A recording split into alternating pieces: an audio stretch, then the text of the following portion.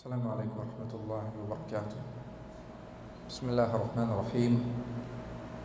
الحمد لله رب العالمين، وأشهد أن لا إله إلا الله وحده لا شريك له، وأشهد أن محمدا عبده ورسوله صلى الله وسلم وبارك عليه وعلى آله وأصحابه أجمعين. أما بعد. ബഹുമാന്യരായ സഹോദരങ്ങളെ, മുൻപ് ചില ദർസുകളിൽ അൽ-അല്ലാമ ഇബ്നുൽ ഖയ്യിം റഹിമഹുല്ലാഹ് അദ്ദേഹം തൻ്റെ ഉദ്ദത്തുസ് സാബിരീൻ എന്ന ഗ്രന്ഥത്തിൽ വദഖീറത്തുശ് ശാക്കിരീൻ എന്ന ഗ്രന്ഥത്തിൽ തിന്മകളിൽ നിന്ന് വിട്ടുനിൽക്കാൻ സഹായിക്കുന്ന 20 കാര്യങ്ങൾ രേഖപ്പെടുത്തിയത് നമ്മൾ വിശദീകരിച്ചു വന്നിരുന്നു. ആ 20 കാര്യങ്ങൾ ജീവിതത്തിൽ തിന്മകളിൽ നിന്ന് അകന്നു നിൽക്കാൻ ശ്രമിക്കുന്ന ഏതൊരു മുസ്ലിമായ മനുഷ്യനും ഉപകരിക്കുന്ന വളരെ പ്രധാനപ്പെട്ട ചില പാഠങ്ങളാണ്. അതിൽ 10ഓളം കാര്യങ്ങൾ കഴിഞ്ഞ 2 ദർസുകളിൽ വിശദീകരിച്ചിട്ടുണ്ട്. ഈ കാലഘട്ടത്തിൽ പ്രത്യേകിച്ചും യുവാക്കളായ കൗമാരപ്രായത്തിലുള്ള ആളുകൾ അവർ ഈ പാഠങ്ങൾ പഠിക്കാൻ ശ്രദ്ധിക്കണം, അവർക്ക് ഇത് എത്തിച്ചു കൊടുക്കാൻ ശ്രദ്ധിക്കണം എന്ന് ആമുഖമായി ഓർമ്മപ്പെടുത്തുകയാണ്. കാരണം തിന്മകളിൽ നിന്ന് രക്ഷപ്പെടാനുള്ള വഴി എന്താണ് എന്ന് അന്വേഷിക്കുന്ന അനേകം കുട്ടികൾ, അനേകം കൗമാരക്കാർ, അനേകം യുവാക്കൾ, അനേകം പ്രായമായ ആളുകൾ, പ്രത്യേകിച്ചും രഹസ്യ ജീവിതത്തിൽ സംഭവിക്കുന്ന തെറ്റുകളിൽ നിന്ന് അകന്നു നിൽക്കാൻ എന്തുണ്ട് വഴി എന്ന് അന്വേഷിക്കുന്ന അനേകം ആളുകളുണ്ട്. അദ്ദേഹം ഈ ഗ്രന്ഥത്തിൽ 20ഓളം കാര്യങ്ങൾ വിവരിച്ചിട്ടുണ്ട്. അതിൽ ഓരോ കാര്യവും യഥാർത്ഥത്തിൽ ഈ പ്രശ്നത്തിൽ നിന്ന് പരിഹാരം നൽകുന്ന, അതിന് മതിയായ പരിഹാരം നിർദ്ദേശിക്കുന്ന വഴികളാണ്. കഴിഞ്ഞ ദർസുകളിൽ ഈ പറഞ്ഞതിൽ 10 പാഠങ്ങളാണ് നമ്മൾ വിശദീകരിച്ചത് എന്ന് പറഞ്ഞു. ഇനിയുള്ളത് 11ാമത്തെ കാര്യം മുതൽ ബാക്കി അങ്ങോട്ടുള്ളതാണ്. തിന്മകളിൽ നിന്ന് വിട്ടുനിൽക്കാൻ അള്ളാഹുവിനെ കുറിച്ചുള്ള അറിവ് സഹായകമാണ്. അള്ളാഹുവിൻ്റെ ആവമ, അവൻ്റെ ഗാംഭീര്യം തിരിച്ചറിയുക എന്നത് സഹായകരമാണ്. അതുപോലെ തന്നെ തിന്മയുടെ പര്യവസാനത്തെക്കുറിച്ച് ചിന്തിക്കുന്നത് സഹായകരമാണ്. തിന്മകൾ പൊതുവെ വളരെ നിമിഷ നേരത്തേക്ക് മാത്രമുള്ള സുഖങ്ങളാണ് നൽകുന്നത്. പക്ഷേ അതിനുശേഷം വരാനിരിക്കുന്ന വേദന ദുനിയാവിലും ആഖിറത്തിലും പ്രയാസകരമാണ്. ഈ കാര്യങ്ങളെക്കുറിച്ച് ചിന്തിക്കുന്നത് തിന്മകളിൽ നിന്ന് ഒരാളെ തടഞ്ഞു നിർത്തുന്ന കാര്യമാണ്. ഇത് കഴിഞ്ഞ അധ്യായങ്ങളിൽ വിശദീകരിച്ചതാണ്. 11ാമത്തെ കാര്യമായി അദ്ദേഹം പറയുന്നു, ഇബ്നുൽ ഖയ്യിം റഹിമഹുല്ലാഹ് അദ്ദേഹം പറയുന്നു, അൻ യുഅവ്വിദ ബാഇസദ്ദീൻ വദവാഇയഹു മുസാറഅത്തൽ ഹവാ വമുഖാവമതഹു അല തദ്രീജ് ഖലീലൻ ഖലീലൻ. അവൻ തൻ്റെ മനസ്സിലുള്ള മതപരമായ ചിന്തകൾ, അള്ളാഹുവിനെ കുറിച്ചുള്ള ഓർമ്മപ്പെടുത്തൽ, പരലോകത്തെക്കുറിച്ചുള്ള ചിന്ത, നബി സല്ലല്ലാഹു അലൈഹി വസല്ലം അവിടുത്തെ കണ്ടുമുട്ടണമെന്ന ഓർമ്മ, അതുപോലെ മരിച്ചു പോകേണ്ടതുണ്ട് എന്ന ചിന്ത, ഖബ്റിൽ ശിക്ഷയുണ്ട് എന്ന കാര്യം, ഇങ്ങനെ അള്ളാഹു ദീനിൽ പഠിപ്പിച്ചു തന്ന അനേകം ബവാഇസുകളുണ്ട്. ഇതിൽ പല ഓർമ്മപ്പെടുത്തലുകളും നമ്മെ പല സന്ദർഭത്തിൽ സഹായിക്കുന്നതാണ്. ചില തിന്മകളിൽ നിന്ന് നമ്മെ തടഞ്ഞു നിർത്തുന്നത് മരണത്തെക്കുറിച്ചുള്ള ചിന്തയാണ്, മറ്റു ചിലത് പരലോകത്തെക്കുറിച്ചുള്ള ഓർമ്മയാണ്, മറ്റു ചിലത് അള്ളാഹുവിനോടുള്ള ലജ്ജയാണ്, മറ്റു ചിലത് നബി സല്ലല്ലാഹു അലൈഹി വസല്ലമയുടെ വാക്കുകൾ ഓർത്തുകൊണ്ടുള്ള പിന്മാറലാണ്, മറ്റു ചിലത് നമ്മുടെ സ്വന്തം നഫ്സിനോടുള്ള ലജ്ജയാണ്. ഇങ്ങനെ ഒരാളുടെ ഹൃദയത്തിൽ തിന്മകളിൽ നിന്ന് അവനെ അകറ്റി നിർത്താൻ സഹായിക്കുന്ന പല പ്രേരണകളുണ്ട്. ഈ പ്രേരണകളെ അവൻ പതുക്കെ പതുക്കെ ശക്തിപ്പെടുത്തി കൊണ്ടുവരിക. അതിലൂടെ മുസാറഅത്തുൽ ഹവ, ദേഹേച്ഛെ മലർത്തിയടിക്കാൻ, അതിനെ പരാജയപ്പെടുത്താൻ, അതിനെ കീഴ്പ്പെടുത്താൻ, അതിന് മുകളിൽ ശക്തി നേടാനുള്ള പരിശീലനം സ്വന്തം നഫ്സിന് അവൻ കൊടുത്തുകൊണ്ടിരിക്കുക. വമുഖാവമതഹു അല തദ്രീജ് ഖലീലൻ ഖലീല, ഈ പറഞ്ഞ വഴിയിലേക്ക് എത്താൻ പൊടുന്നതിന് സാധിക്കുകയില്ല. മറിച്ച് അല തദ്രീജ് ഖലീലൻ ഖലീലൻ, പതുക്കെ പതുക്കെ കുറേശ്ശെയായി ഈ പ്രശ്നം പരിഹരിക്കാനുള്ള ശ്രമം കൊണ്ടുവരിക. എന്നിട്ട് അദ്ദേഹം പറയണം, എവിടെയാണ് നിങ്ങൾ ശ്രദ്ധിക്കേണ്ടത്? ഹത്താ യുദ്രിക ലസ്സത അസ്സഫർ, ഇത് പതുക്കെ പതുക്കെ തുടർന്നു കഴിഞ്ഞാൽ പിന്നീട് നീ ഏതൊരു തിന്മയെയാണോ പരാജയപ്പെടുത്തിയത്, ആ തിന്മയെ പരാജയപ്പെടുത്തിയതിൻ്റെ സുഖം നീ ആസ്വദിക്കാൻ തുടങ്ങും. ജീവിതത്തിൽ ചിലപ്പോൾ നമ്മൾ അനുഭവിച്ച ചില തെറ്റുകളുണ്ട്, അല്ലെങ്കിൽ നമ്മൾ ചെയ്തു ശീലിച്ചു പോയ തെറ്റുകളുണ്ട്. അതിനെ പരാജയപ്പെടുത്തി, അതിനെ പരിപൂർണമായി തുടച്ചു നീക്കി എന്നറിയുന്ന സന്ദർഭത്തിൽ ഉണ്ടാകുന്ന സുഖം, അതുകൊണ്ട് അനുഭവിക്കുന്ന ആനന്ദം വളരെ അത്ഭുതപ്പെടുത്തുന്നതാണ്. ഒരു തിന്മയുടെ ഭാഗത്ത് ഞാനൊരു നന്മയെ പ്രതിഷ്ഠിച്ചിരിക്കുന്നു, ഒരു നന്മയെ കൊണ്ടുവന്നിരിക്കുന്നു എന്നറിയുമ്പോൾ എൻ്റെ മനസ്സ് എന്നെ പ്രേരിപ്പിച്ച ആ പ്രേരണയെ ഞാൻ പരാജയപ്പെടുത്തിയിരിക്കുന്നു, എനിക്കിപ്പോൾ സുഖകരമായി ജീവിക്കാൻ കഴിയും എന്ന തിരിച്ചറിവ്, അതുകൊണ്ട് ലഭിക്കുന്ന സന്തോഷം വളരെ വലുതാണ്. മദ്യപാനത്തിൽ അകപ്പെട്ട് പുറത്തു കടക്കാൻ കഴിയാതെ പ്രയാസപ്പെട്ട് പിന്നെ അതിൽ നിന്ന് രക്ഷപ്പെട്ട് അതിൽ നിന്ന് കുതറിച്ചാടി എത്രയെല്ലാം മുന്നിൽ പ്രേരണകൾ വന്നെത്തിയാലും അതിലേക്ക് തിരിഞ്ഞു നോക്കാൻ കഴിയാതിരിക്കുന്ന ഒരാളെ നിങ്ങൾ കണ്ടിട്ടില്ലേ? അയാളുടെ അഭിമാനബോധം നിങ്ങൾ കണ്ടിട്ടില്ല, അയാൾക്കുണ്ടാകുന്ന സന്തോഷം നിങ്ങൾ കണ്ടിട്ടില്ല. ഇതേപോലെയാണ് ഏതൊരു തിന്മയും. ഈ തിന്മകൾ ചെയ്യുന്നതിലൂടെ ലഭിക്കുന്ന ആസ്വാദനത്തെക്കാൾ സുഖകരമാണ് ആ തിന്മയെ പരാജയപ്പെടുത്തി കഴിഞ്ഞാൽ ലഭിക്കുന്ന സുഖം. ഈ പറഞ്ഞ ലജ്ജത്ത്, ഈ പറഞ്ഞ ആസ്വാദനം നേടിക്കഴിഞ്ഞാൽ പിന്നെ അവന് കാര്യം എളുപ്പമാണ്. ഇത് എല്ലാ തിന്മകളുടെ കാര്യത്തിലും ഇങ്ങനെയാണ്. സ്ത്രീകളെ നോക്കുന്നതിലൂടെ അവന് ലഭിക്കുന്നത് ഒരു നൈമിഷികമായ സുഖമാണ്. പക്ഷേ അവൻ്റെ കണ്ണിനെ താഴ്ത്തി ശീലിച്ചു തുടങ്ങിയാൽ പിന്നീട് ഈ പറഞ്ഞത് അവൻ്റെ സ്വഭാവം സ്വാഭാവികമായ രീതിയായി മാറിക്കഴിയുന്നതോടുകൂടി അവൻ അനുഭവിക്കുന്ന അഭിമാനബോധമുണ്ട്, അവൻ അനുഭവിക്കുന്ന സ്വന്തത്തെക്കുറിച്ചുള്ള ഇസ്സത്തുൻ നഫ്സ്, അഭിമാനമുണ്ട്, അവൻ്റെ ജീവിതത്തിൽ അവൻ അനുഭവിക്കുന്ന ആസ്വാദനമുണ്ട്. ഇത് നേടിക്കഴിഞ്ഞാൽ ഈ തിന്മ കൊണ്ട് ലഭിക്കുന്ന നൈമിഷികമായ സുഖത്തെക്കാൾ അവൻ അനുഭവിക്കുന്ന ഈ അഭിമാനബോധം, അവൻ അനുഭവിക്കുന്ന ഈ ആസ്വാദനം, അത് അവന് ആശ്വാസം പകരുന്നതാണ്. ഇത് പ്രത്യേകിച്ച് യുവാക്കൾ, കൗമാരക്കാർ ശ്രദ്ധിക്കേണ്ട കാര്യമാണ്. നമ്മുടെ ചെറിയ പ്രായത്തിൽ ചില തിന്മകളിലേക്ക് നമ്മൾ അകപ്പെട്ടു പോകുന്നു, പിന്നെ അത് തിരിച്ചു കയറാൻ പറ്റുന്നില്ല. ആ അവസ്ഥയേക്കാൾ നിനക്ക് സുഖം നൽകുന്നത് നാളെ ഒരു ദിവസം ഈ തിന്മകളിലേക്ക് തിരിഞ്ഞു നോക്കാൻ പോലും ആവശ്യമില്ലാത്ത രൂപത്തിൽ ജീവിക്കാൻ കഴിയുന്നതാണ്. മദ്യം, മയക്കുമരുന്ന്, സിഗരറ്റ്, അതുപോലെ ബ്ലൂ ഫിലിമുകൾ, വൃത്തികേടുകൾ, മോശത്തരങ്ങൾ, എനിക്കതൊരു പ്രശ്നമേ ആകാതെ ജീവിക്കാൻ കഴിയുക എന്നത് എത്ര സുന്ദരമായ ജീവിതമാണ്, എത്ര റാഹത്തുള്ള ജീവിതമാണ്, എത്ര ആസ്വാദനമുള്ള ജീവിതമാണ്. എന്നിട്ട് അദ്ദേഹം പറയാൻ ഫതഖ്വ ഹൈന ഇദിൻ ഹിമ്മതുഹു, ഇങ്ങനെ ഓരോ കാര്യങ്ങളെയും പതുക്കെ പതുക്കെ പരാജയപ്പെടുത്താൻ കഴിഞ്ഞാൽ പിന്നെ അവൻ്റെ ലക്ഷ്യം കൂടുതൽ കൂടുതൽ ഉന്നതമായി തീരും. ഒരാൾ അവനെ സംബന്ധിച്ചിടത്തോളം തിന്മകൾ പരിഹരിക്കാൻ തന്നെ കുറേയുണ്ട് എങ്കിൽ എങ്ങനെയാണ് അവന് നന്മകളിൽ മുന്നേറാൻ സാധിക്കുക? പ്രശ്നങ്ങൾ തന്നെ കുറേ പരിഹരിക്കാനുണ്ട്. ഉലമാക്കളിൽ ചിലർ ഉദാഹരണം പറഞ്ഞതുപോലെ, ചില പണ്ഡിതന്മാർ അവരോട് ചോദിക്കപ്പെട്ടു, ഇസ്തിഗ്ഫാറാണോ നല്ലത്, അതല്ല തസ്ബീഹാണോ നല്ലത്, പാപമോചനം തേടലാണോ നല്ലത്, അതല്ല അള്ളാഹുവിനെ സ്തുതിച്ചുകൊണ്ട് തസ്ബീഹ അധികരിപ്പിക്കുന്നതാണോ നല്ലത്? അവർ പറഞ്ഞു, ഒരു മനുഷ്യൻ പുതുവസ്ത്രം ധരിക്കുന്നതിന് മുൻപ് ശരീരത്തിലുള്ള ചെളി സോപ്പ് കൊണ്ട് കഴുകി വൃത്തിയാക്കുകയാണ് വേണ്ടത്. പുതുവസ്ത്രം ധരിക്കണമെങ്കിൽ അത് ശരീരത്തിൽ കഴുകി വൃത്തിയാക്കണം. നിനക്ക് നന്മകൾ അധികരിപ്പിക്കാൻ കഴിയണം, മനസ്സിലുള്ള നജസ്സുകൾ ഒഴിവാക്കണം.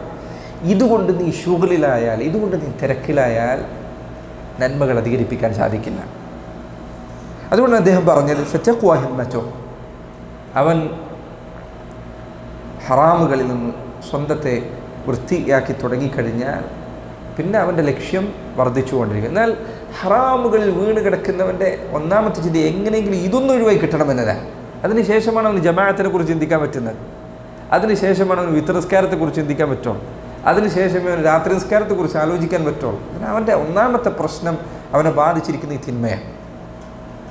ഇത് എടുത്തു നീക്കുന്നതിന് ശേഷം അവൻ്റെ ലക്ഷ്യങ്ങൾ വലുതാകും, നന്മകൾ വലുതാകും. فإن من ذاق لذة شيء قويت همته في تحصيله. ആരെങ്കിലും ഒരു കാര്യത്തിൻ്റെ മധുരം ആസ്വദിച്ചു കഴിഞ്ഞാൽ, അതിൻ്റെ സുഖം എന്താണെന്ന് അറിഞ്ഞു കഴിഞ്ഞാൽ, പിന്നെ അത് അധികരിപ്പിക്കാനുള്ള വഴി അവൻ തേടിക്കൊണ്ടേയിരിക്കും. കൂടുതൽ കൂടുതൽ അതിലവൻ സുഖം അന്വേഷിച്ചു കൊണ്ടിരിക്കും. സലഫുകളിൽ ചിലർ പറഞ്ഞ വാക്ക് അതിന് ഏറ്റവും അനുയോജ്യമായതാണ്. അവർ പറഞ്ഞു, കാബത്തു സ്വലാത്ത 20 സന. സാബിത്തുൽ ബുനാനി അദ്ദേഹം പറഞ്ഞ വാക്കാണ്. 20 വർഷക്കാലം ഞാൻ നിസ്കരിക്കാൻ പ്രയാസപ്പെട്ടിട്ടുണ്ട്. 20 വർഷം നല്ലപോലെ നിസ്കരിക്കാൻ പ്രയാസമുണ്ട്. നിസ്കരിക്കാൻ നിന്നാൽ ഉണ്ടാകുന്ന മുഖാബദ, പ്രയാസം ചിന്തിക്കുന്നവർക്ക് ശരിക്കും മനസ്സിലാകും. കാരണം നിസ്കരിക്കാൻ നിന്നാൽ വരാത്ത ചിന്തകളില്ല. ലോകത്തെ എല്ലാ കണക്കും ഓർക്കാനുള്ള സമയമാണത്. എല്ലാ ചിന്തകളുടെ സമയത്ത് വരും. കാബത്തു അല സ്വലാത്തി 20 സന. 20 വർഷം നിസ്കാരത്തെ വരുതിയിലാക്കാൻ ഞാൻ പണിപ്പെട്ടിട്ടുണ്ട്. വതനഅംതു ബിഹാ 20 സന. പക്ഷെ അത് വരുതിയിലായതിനു ശേഷം 20 വർഷക്കാലം ഞാൻ അതുകൊണ്ട് ആസ്വാദനം അനുഭവിച്ചിട്ടുണ്ട്. നമ്മൾ പറയുന്ന നിസ്കാരം ഇപ്പോൾ മുഖാബദത്താണ്, അതിലേക്ക് എത്തിക്കാൻ നമ്മൾ കഷ്ടപ്പെടണം. പക്ഷേ നബി സല്ലല്ലാഹു അലൈഹി വസല്ലം ഹദീസിൽ വന്നതുപോലെ വജുഇലത്തി സ്വലാ ഖുർറത ഐനി, നിസ്കാരത്തിലാണ് എൻ്റെ കൺകുളിർമയുള്ളത് എന്ന് ഹദീസിൽ പറഞ്ഞ ആ അവസ്ഥ സഹോദരങ്ങളെ, അതൊരാൾക്ക് എപ്പോഴും നേടിയെടുക്കാൻ സാധിക്കുക. നിങ്ങൾ ആ ഹദീസിനെ കുറിച്ച് ചിന്തിച്ചിട്ടുണ്ടോ? ഗൾഫിൽ ജീവിക്കുന്ന ആളുകൾക്ക് കൺകുളിർമ എന്താണെന്ന് മനസ്സിലാകണമെങ്കിൽ മാസങ്ങൾ കുടുംബത്തെ കാണാതിരുന്ന് കുട്ടികളെ കാണുന്ന ആദ്യത്തെ നിമിഷം ആലോചിച്ചാൽ മതി. അതാണ് കൺകുളിർമ. നിസ്കാരം കൺകുളിർമയാവുക എന്ന് പറഞ്ഞതാണ്. ജുഇലത്തി സ്വലാ ഖുർറത ഐനി. ഒരാൾ നിസ്കരിക്കാൻ ചെല്ലുമ്പോൾ അവൻ സന്തോഷിക്കുന്നു, അവൻ എന്തോ നഷ്ടപ്പെട്ടു പോയത് തിരിച്ചു കിട്ടുന്നത് പോലെ. അപ്പം ഈ പറഞ്ഞ അവസ്ഥയിലേക്ക് അവൻ എത്തണമെങ്കിൽ അദ്ദേഹം പറഞ്ഞതുപോലെ فإن من ذاق لذة شيء قويت همته في تحصيله. ഒരാൾ മധുരം ആസ്വദിച്ചാൽ പിന്നെ അത് കിട്ടാനുള്ള പണിപ്പെടലിലായിരിക്കും അവനുണ്ടാകുക. والاعتياد لممارسة الأعمال الشاقة يزيد القوى التي تصدر عنها تلك الأعمال. പ്രയാസകരമായ പ്രവർത്തനങ്ങൾ ശീലിക്കുന്നതിനനുസരിച്ച് ആ പ്രവർത്തനം ചെയ്യാനുള്ള ശേഷി വർദ്ധിക്കും. നോക്കൂ, നിങ്ങൾ ജിമ്മിൽ പോയാൽ എങ്ങനെ ഉണ്ടാകും? ജിമ്മിൽ പോയി പണിയെടുത്ത് അദ്ദേഹം ഇബ്നുൽ ഖയ്യിം റഹിമഹുല്ലാഹ് അദ്ദേഹം ഇവിടെ ഉദാഹരണം പറഞ്ഞതാണ്. വലിദാലിക നജിദു ഖുവൽ ഹമ്മാലീൻ വഅർബാബ الصنائع الشاقة تتزايد. കൂലി പണിയെടുക്കുന്ന ആളുകളുടെ ശാരീരിക ശേഷി വർദ്ധിച്ചുകൊണ്ടേയിരിക്കും. അവർക്ക് ഭാരങ്ങൾ പൊക്കാൻ ആദ്യം പ്രയാസമുണ്ട്, പിന്നെ എളുപ്പമായി. ഇതേപോലെ തന്നെയാണ് മനസ്സിൻ്റെ കാര്യവും. മനസ്സിനെ നീ പണിയെടുപ്പിച്ച് ശീലമാക്കി കഴിഞ്ഞാൽ പിന്നെ അതിന് എളുപ്പമാണ്. ആദത്തുകൾ എളുപ്പമാണ്. ഒരു കാര്യം നമുക്ക് ശീലമായി കഴിഞ്ഞാൽ പിന്നെ അത് പ്രയാസമേ അല്ല. പിന്നെ അത് തെറ്റുമ്പോഴാണ് പ്രയാസമുണ്ടാകുക. രാവിലെ എഴുന്നേറ്റ ഉടനെ ചായ കുടിക്കുക എന്നത് ജനിച്ചപ്പോഴുള്ള ശീലമാണോ? അല്ല. അത് ചിലർ കുടിച്ചു തുടങ്ങിയപ്പോഴാണ് പിന്നീട് അത് ഒഴിവാക്കുന്നത് പ്രയാസകരമായത്. ഇത് ഇബാദത്തുകളുടെ കാര്യത്തിൽ ഇതുപോലെ തന്നെയാണ്. നിങ്ങൾ കണ്ടിട്ടില്ലേ, ചില ആളുകൾ സുബ്ഹാനല്ലാഹ് ചിലർക്ക് നിസ്കാരം നഷ്ടപ്പെടുക എന്നത് ദുനിയാവിൽ എന്തോ വിപത്ത് സംഭവിക്കുന്നത് പോലെയാണ്. എന്തുകൊണ്ടാണത്? ജീവിതം അതിൽ ശീലമായിട്ടുണ്ട്. 20-40 വർഷമായി അവന് ഒരു നേരത്തെ നിസ്കാരം പോലും ചിലപ്പോൾ വക്ത് നഷ്ടപ്പെട്ടിട്ടില്ല. അവനെ സംബന്ധിച്ചിടത്തോളം ഒരു നിസ്കാരം വക്തിൽ നിന്ന് പോവുക എന്നത് അവന് ചിന്തിക്കാൻ പറ്റുന്നില്ല. ചില ആളുകൾ വിമാനയാത്രക്കിടെയോ മറ്റോ ഒരിക്കൽ ഒരാളുടെ അറബികളിൽപ്പെട്ട ഒരാൾ അയാളുടെ നിസ്കാരം അതിൻ്റെ സമയം വൈകിപ്പോയി, അയാളുടെ ശ്രദ്ധ തെറ്റിപ്പോയി. അയാൾക്ക് നിസ്കരിക്കാൻ കഴിയുന്നൊരവസരം അപ്പോഴില്ല. അതോടുകൂടി അയാൾക്ക് സമയം നഷ്ടപ്പെടും. നിസ്കാരം സമയം ഇനിയും അധികരിക്കും, ഇനി നഷ്ടപ്പെടുമോ എന്ന് പേടിക്കാൻ തുടങ്ങിയതൊരു മനുഷ്യന് AC-യിലിരുന്ന് അയാൾ വിറക്കാൻ തുടങ്ങി. എ സിയിലിരുന്നാൽ വേർക്കാൻ, ഒരു നിസ്കാരം നഷ്ടപ്പെടുന്നതിനെ കുറിച്ച് ആലോചിച്ചാൽ വേർക്കാൻ. ഒരു മനുഷ്യൻ്റെ ചിന്ത നന്മകളിൽ മാത്രം കെട്ടിപ്പടഞ്ഞു കഴിഞ്ഞാൽ പിന്നെ അവനത് നഷ്ടപ്പെടുക എന്നതാണ് പ്രയാസകരം. അപ്പോൾ സഹോദര, ഈ ഒരു അവസ്ഥ നിനക്കുണ്ടാകണമോ?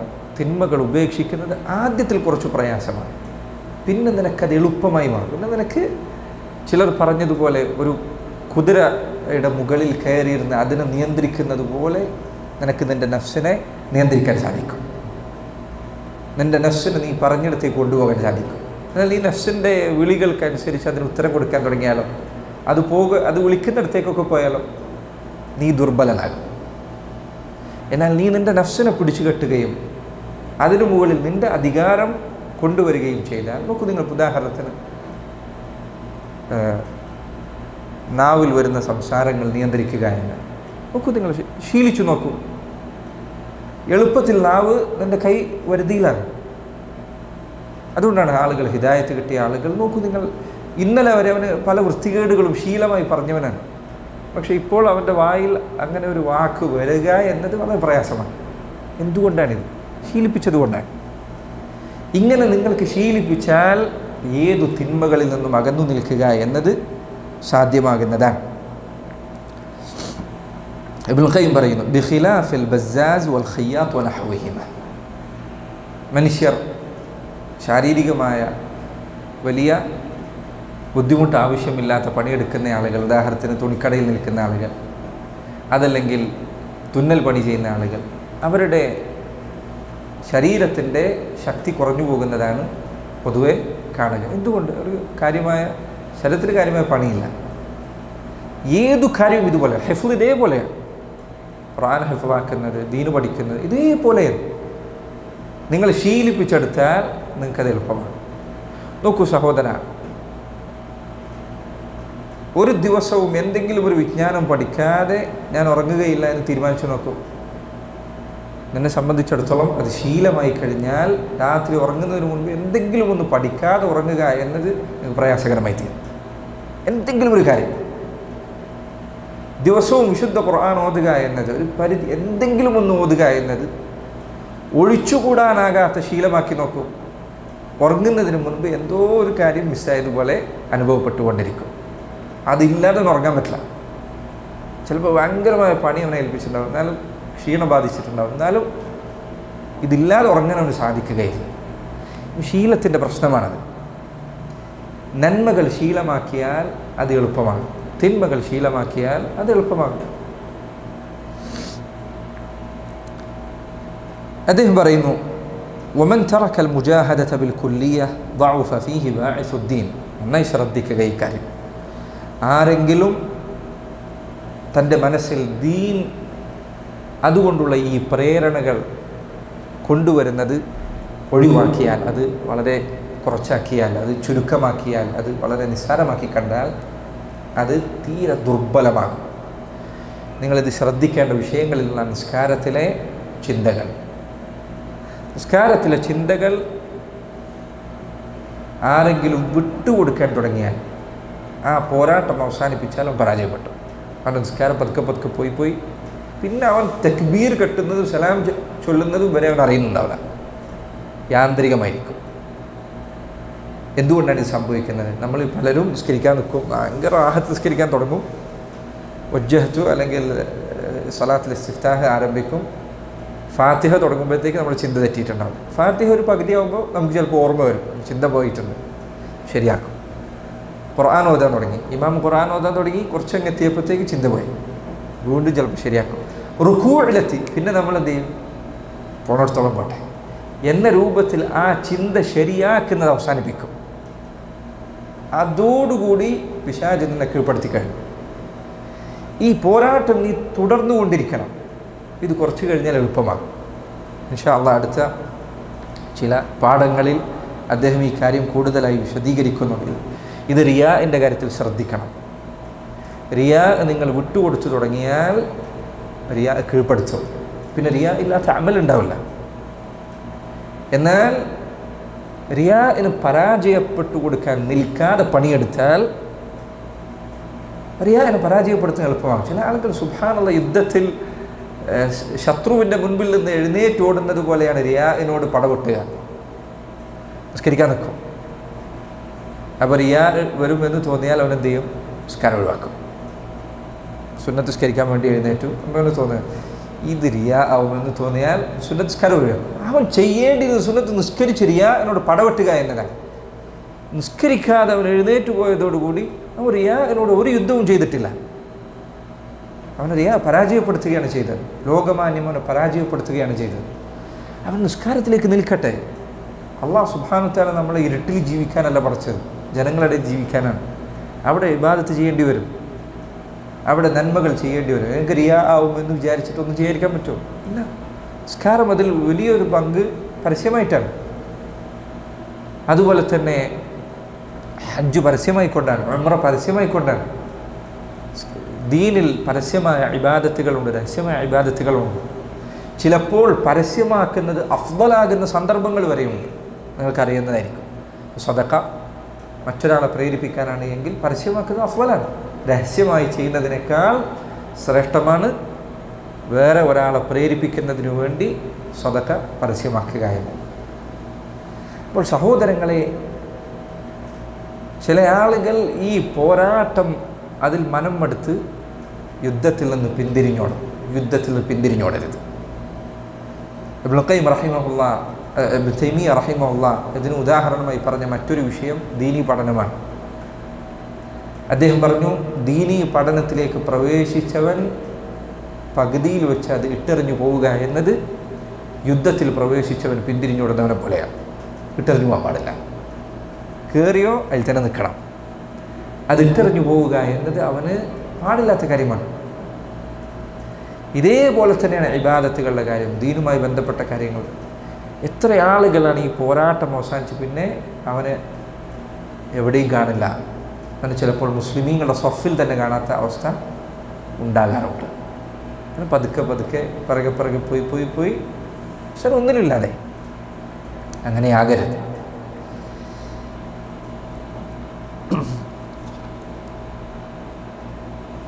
അദ്ദേഹം പറയുന്നു, وَمَتَى عَوَّدَ نَفْسَهُ مُخَالَفَةَ الْهَوَى غَلَبَهُ مَتَى أَرَادَ. ആരെങ്കിലും തൻ്റെ ദേഹേച്ഛയെ പരാജയപ്പെടുത്തുന്നത് ശീലമാക്കിയാൽ എളുപ്പമാകും. ഉദ്ദേശിക്കുന്നത് പോലെ ഒരു മൂക്കുകയർ കെട്ടിയ കുതിരയെ വലിച്ചു കൊണ്ടുപോകുന്നത് പോലെ അവന് അവൻ്റെ ഹവയെ വലിച്ചു കൊണ്ടുപോകാൻ സാധിക്കുന്നതാണ്.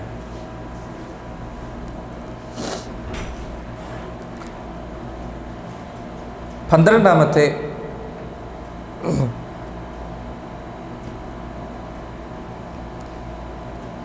പാഠം, അത് പറയുന്നതിന് മുൻപ് ഇബ്നുൽ ഖയ്യിം റഹിമഹുല്ലാഹ് അദ്ദേഹം അൽ ഫവായിദ് എന്ന ഗ്രന്ഥത്തിൽ പറഞ്ഞ മറ്റൊരു കാര്യമുണ്ട്. അദ്ദേഹം പറഞ്ഞു, അക്മലുൻ നാസി ഹിദായതൻ അഅ്ളമുഹും ജിഹാദൻ.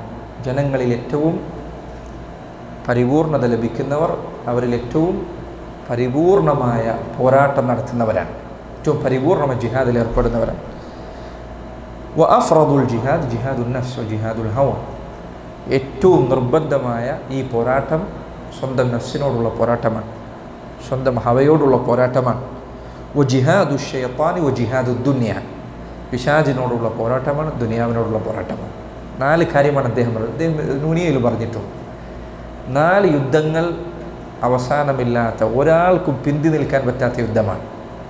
1 നഫ്സിനോടുള്ള യുദ്ധം, 2 ദേഹേച്ഛയോടുള്ള യുദ്ധം, 3 പിശാചിനോടുള്ള യുദ്ധം, 4 ദുനിയാവിനോടുള്ള യുദ്ധം. ഈ 4 യുദ്ധങ്ങൾക്കിടയിലാണ് നമ്മൾ ഓരോ കാൽവെപ്പ് മുന്നോട്ട് വെക്കുന്നത്. ചിന്തിച്ചു നോക്കിയാൽ അത് മനസ്സിലാക്കും. ഈ 4 എപ്പോഴുണ്ട്. 1 നഫ്സ്, 2 അവൻ്റെ ദേഹേച്ഛ. നഫ്സും ദേഹേച്ഛയും തമ്മിലുള്ള വ്യത്യാസം എന്താണ്? ദേഹേച്ഛ എന്നതുകൊണ്ട് ഉദ്ദേശിക്കുന്നത് ശരീരത്തിൻ്റെ താല്പര്യങ്ങളാണ്. നഫ്സ് എന്നതുകൊണ്ട് ഉദ്ദേശിക്കുന്നത് മനസ്സിൻ്റെ താല്പര്യങ്ങളാണ്. ഉദാഹരണത്തിന് ദേഹേച്ഛയ്ക്ക് ഉദാഹരണമാണ് വ്യഭിചാരത്തിലേക്കുള്ള താല്പര്യം. നഫ്സിൻ്റെ താല്പര്യത്തിന് ഉദാഹരണമാണ് ആളുകളോടുള്ള അസൂയ, ആളുകൾ അവർക്ക് എന്തെങ്കിലും നന്മ ലഭിച്ചാൽ അവനെ ഇകഴ്ത്താനും അവനെ പ്രയാസപ്പെടുത്താനുമുള്ള ചിന്ത. ഇത് നഫ്സിൻ്റെ ചിന്തയാണ്. ദേഹേച്ഛ എന്നാൽ ശരീരവുമായി ബന്ധപ്പെട്ടതാണ്, ശരീരത്തിൻ്റെ താല്പര്യങ്ങളാണ്. 4 കാര്യം പറഞ്ഞു. ഏതൊക്കെയാണ്? 1 ജിഹാദുൽ നഫ്സ്, 2 ജിഹാദുൽ ഹവ, 3 ജിഹാദു ഷൈത്താൻ, പിശാചിനോടുള്ളത്. 4-മത്തേത് ജിഹാദു അദ്ദുനിയ, ദുനിയാവിനോടുള്ളത്. ഈ 4 പോരാട്ടങ്ങൾ നിരന്തരമായ പോരാട്ടമാണ്.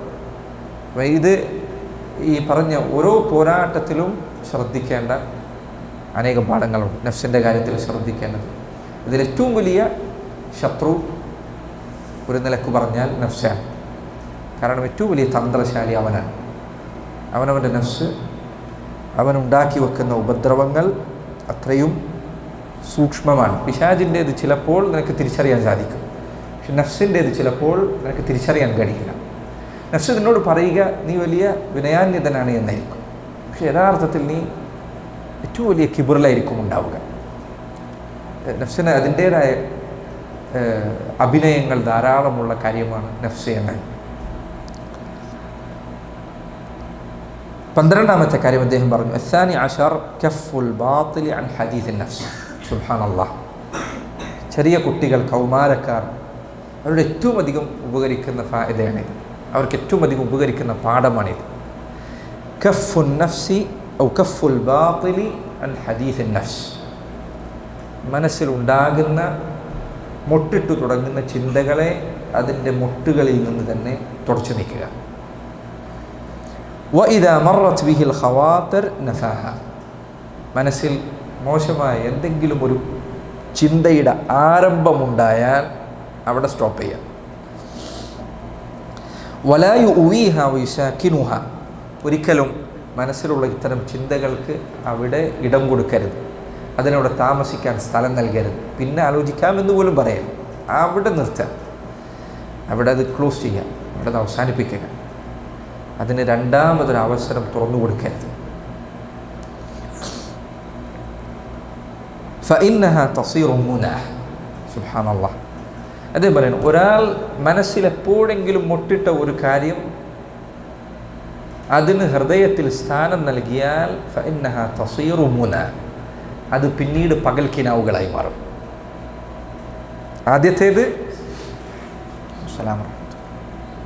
ആദ്യത്തേത് മനസ്സിലുള്ള ഒരു ചിന്തയുടെ തുടക്കമാണ്.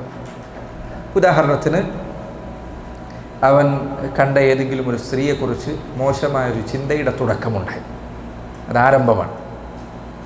ചെറിയ ചിന്ത അവൻ്റെ മനസ്സിൽ ഒരാലോചന വന്നു, അതവൻ അവിടെ നിർത്തിവെച്ചാൽ പിന്നെ അതിനെക്കുറിച്ച് ആലോചിക്കരുത് എന്ന കാര്യം തീരുമാനമെടുക്കുകയും അവൻ മറ്റു കാര്യങ്ങളിലേക്ക് അവനവൻ്റെ ചിന്തകളെ മാറ്റിക്കൊണ്ടുപോവുകയും ശുഗൽ മാറ്റുകയും ചെയ്താൽ അവന് എളുപ്പമാണ്, വളരെ എളുപ്പമാണ്.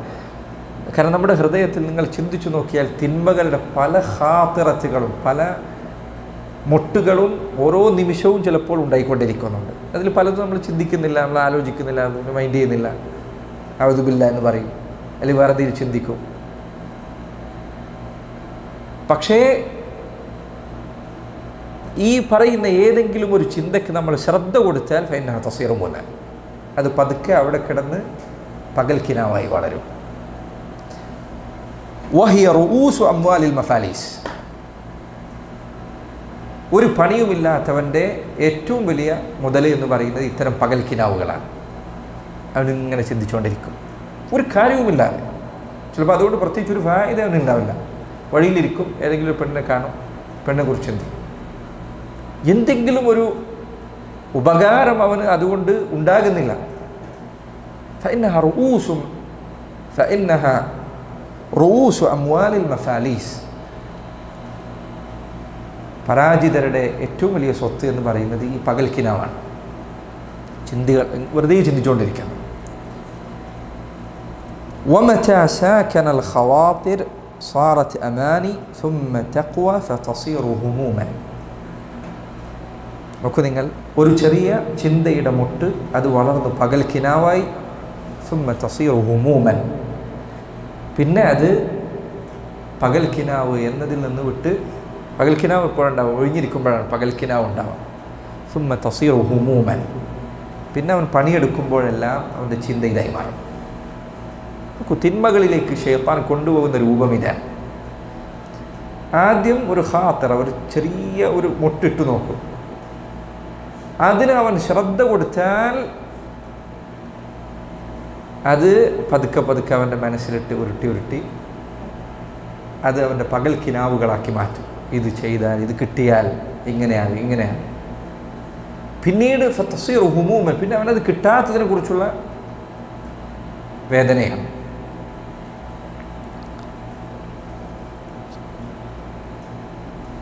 സുമ്മ തഖ്വ ഫതസീറു ഇറാദാത്ത്, പിന്നീട് അത് കുറച്ചുകൂടി കഴിഞ്ഞാൽ അവൻ്റെ മനസ്സിലെ ഉദ്ദേശങ്ങളായി മാറും. നമുക്ക് തുടങ്ങിയത് വളരെ ചെറിയ കാര്യമായിക്കൊണ്ടേയിരിക്കും. സുമ്മ തസീറു ഇറാദാത്ത്, പിന്നെ അവൻ ചെയ്യണമെന്ന ഉദ്ദേശത്തിലേക്ക് എത്തും. സുമ്മ തഖ്വ ഫതസീറു അസ്മൻ യഖ്തരിനു ബിഹിൽ മുറാദ്, പിന്നെ മാറി അത് ഉറച്ച തീരുമാനമാണ്, ചെയ്തേ തീരൂ എന്നതിലേക്ക് എത്തും. എവിടെ നിന്ന് തുടങ്ങിയത്? ഒരു ചെറിയ ഖാത്തിറ, ഒരു ചെറിയ മനസ്സിലെ ഒരു മിന്നി മറഞ്ഞു പോകുന്നൊരു ചിന്തയായിരുന്നു അതപ്പോൾ തന്നെ അവൻ നിർത്തിവെച്ചിരുന്നു എങ്കിൽ അവൻ എളുപ്പമായിരുന്നു. ആളുകൾ ആലോചിച്ചു നോക്കൂ നിങ്ങൾ, സുബ്ഹാനല്ലാഹ്, എത്രയോ മോശമായ കാര്യങ്ങളിലേക്ക് ആളുകൾ എത്തിപ്പെട്ടത് ഒരു ചെറിയ നിമിഷത്തെ ചിന്തയിൽ തന്നെ. മറ്റൊരുത്തൻ്റെ സമ്പത്ത് അത് കാണും, അത് ഇങ്ങനെ തട്ടിയെടുത്താൽ എങ്ങനെ ഉണ്ടായിരിക്കും, ഒരു ചെറിയ ചിന്ത അവൻ്റെ മനസ്സിൽ വന്നു. പിന്നെ അതിനെക്കുറിച്ച് ആലോചിക്കാം, അവൻ്റെ ആ പൈസ കിട്ടിയാൽ എനിക്കെങ്ങനെ ഉണ്ടാകും, എനിക്കിങ്ങനെ ചെയ്യും. പിന്നെ അതിനെക്കുറിച്ച് ചിന്തിച്ച് ഉദ്ദേശങ്ങളായി. പിന്നെ അവൻ ചിന്തിക്കുന്നത് ഇത് എന്തോ അവൻ അവകാശപ്പെട്ടതുപോലെയാണ്. ഇത് കിട്ടിയിട്ടില്ലെങ്കിൽ, മുന്നേ അങ്ങനെ ആയിരുന്നില്ല. ഇതേ കാര്യം വ്യഭിചാരത്തിൽ, വൃത്തികേടുകളിൽ, പലിശ ആലോചിച്ച് നോക്കൂ നിങ്ങൾ. എത്ര ആളുകൾ പലിശയിലേക്ക് പോകുന്നത് ഇങ്ങനെയാണ്. പലിശയിലേക്ക് പല ആളുകളും പോകുന്നത് കാറില്ല. അപ്പോൾ ആരെങ്കിലും ഒരാൾ ചിലപ്പോൾ ഒരു ചിന്ത പറയും, അതല്ലെങ്കിൽ അവൻ പലിശക്ക് കാർ വാങ്ങിച്ച ഏതെങ്കിലും ഒരാളെ കാണും. ഖാത്തിറ, മനസ്സിൽ വന്നു പോകുന്നൊരു ചിന്ത, ഞാനും അങ്ങനെ വായിച്ചാൽ അങ്ങനെ ഉണ്ടാവും. അവൻ അപ്പോൾ തന്നെ എനിക്കത് പറ്റില്ല, ഞാൻ മുസ്ലിമാണ്, അള്ളാഹു ഹറാമാക്കിയ കാര്യമാണ്, അഊദു ബില്ലാഹി മിനശ് ശൈത്താനിർ റജീം, അവനത് അവിടെ നിർത്തിവെച്ചിരുന്നെങ്കിൽ, അവൻ അപ്പോൾ തന്നെ അവൻ്റെ മനസ്സിനെ ശകാരിച്ചിരുന്നു എങ്കിൽ, ഉപദേശിച്ചിരുന്നു എങ്കിൽ, എന്തൊരു വലിയ ഗൗരവപ്പെട്ട കാര്യമാണ് നീ ചിന്തിക്കുന്നത്, അള്ളാഹു യുദ്ധം പ്രഖ്യാപിച്ചൊരു കാര്യത്തെക്കുറിച്ചാണോ നീ ചിന്തിക്കുന്നത് എന്ന് സ്വന്തം മനസ്സിനെ പറഞ്ഞ് പഠിപ്പിച്ചിരുന്നു എങ്കിൽ അത് അവസാനിക്കുമായിരുന്നു. അത് നിർത്തിയില്ല. അവൻ പിന്നെ ഇരുന്ന് ആലോചിക്കാൻ തുടങ്ങി, പലിശ എടുത്താൽ എനിക്ക് ഇത്ര സമയം കൊണ്ട് നിർത്താൻ പറ്റും, ഇത്ര സമയം കൊണ്ട് അവസാനിപ്പിക്കാൻ പറ്റും. പിന്നെ അവൻ ചിന്തിക്കുന്നത് ഇറാദാത്ത്, അവൻ്റെ മനസ്സിലുള്ള ഉദ്ദേശമായത് മാറി, എവിടേക്ക് പോകണം, അന്വേഷണങ്ങളായി. സുമ്മ തസീറു അസ്മൻ, പിന്നെ ഒരാൾ പറഞ്ഞാലും അവസാനിപ്പിക്കാത്ത രൂപത്തിൽ അവൻ ഉറച്ച തീരുമാനമെടുത്തു. പിന്നെ അത് അവൻ്റെ പ്രവൃത്തിയായി മാറി. പിന്നീട് അവനത് നിസ്സാരമായി തീർന്നു. ഏതു തിന്മയും ഇങ്ങനെയാണ്. ഇത് ഈ വൃത്തികേടുകൾ കാണുന്ന കാര്യത്തിൽ, ലഹരി ഉപയോഗിക്കുന്നതിൽ, ഇതിലെല്ലാം ഈ പറഞ്ഞത് ബാധകമാണ്. കുട്ടികളിൽ പലരും ലഹരി തുടങ്ങുന്നത് ഒരു വളരെ ചെറിയൊരു അംശം രുചിച്ചുകൊണ്ടാണ്. ആ രുചിയിലേക്ക് അവനെ എത്തിക്കുന്നത് ആദ്യത്തിൽ എപ്പോഴോ ഉണ്ടാകുന്നൊരു ചിന്തയാണ്. അവൻ്റെ കൂട്ടുകാരിൽ ആരെങ്കിലും ചെയ്യുന്നത് കാണുമ്പോൾ. അതുകൊണ്ട് സഹോദരങ്ങൾ, ഇന്നത്തെ കാലഘട്ടത്തിൽ ഈ മ്യൂസിക്കുകൾക്ക്, പാട്ടുകൾക്ക് ഇതിൽ വലിയ പങ്കുണ്ട്.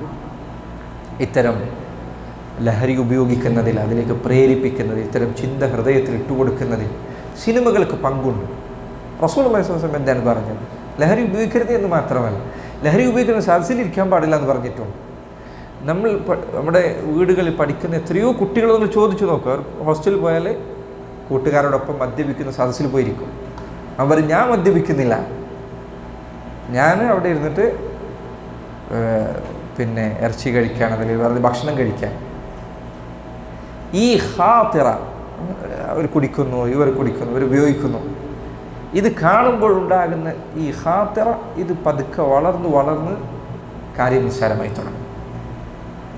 അതുകൊണ്ട് സഹോദരങ്ങളെ, ഏതൊരു തിന്മയിലേക്കും കാലെടുത്ത് വെക്കുമ്പോൾ ഇത് ശ്രദ്ധിക്കണം. വളരെ ഗൗരവപ്പെട്ട കാര്യമാണ്. ഈ പറഞ്ഞ പാഠം നമ്മളുടെ കൗമാരക്കാരുടെ ഹൃദയത്തിലേക്ക് രക്ഷിതാക്കൾ പകർന്നു കൊടുക്കേണ്ട കാര്യമാണ്. മോനെ, നശിച്ചുപോയ ആൾക്കാരുടെ ജീവിതം കാണിച്ചു കൊടുക്കുക. ലഹരി എൻ്റെ കുട്ടിക്ക് പ്രശ്നമാകുമ്പോഴും അതിലകപ്പെട്ട് ഡി അഡിക്ഷൻ സെൻ്ററിൽ പോയി കിടന്ന് ബുദ്ധിമുട്ടുന്ന ആളുകളെ കാണിച്ചു കൊടുക്കുക. ജീവിതം ഇതാണ്, തകരുന്ന ജീവിതം എന്താണ്.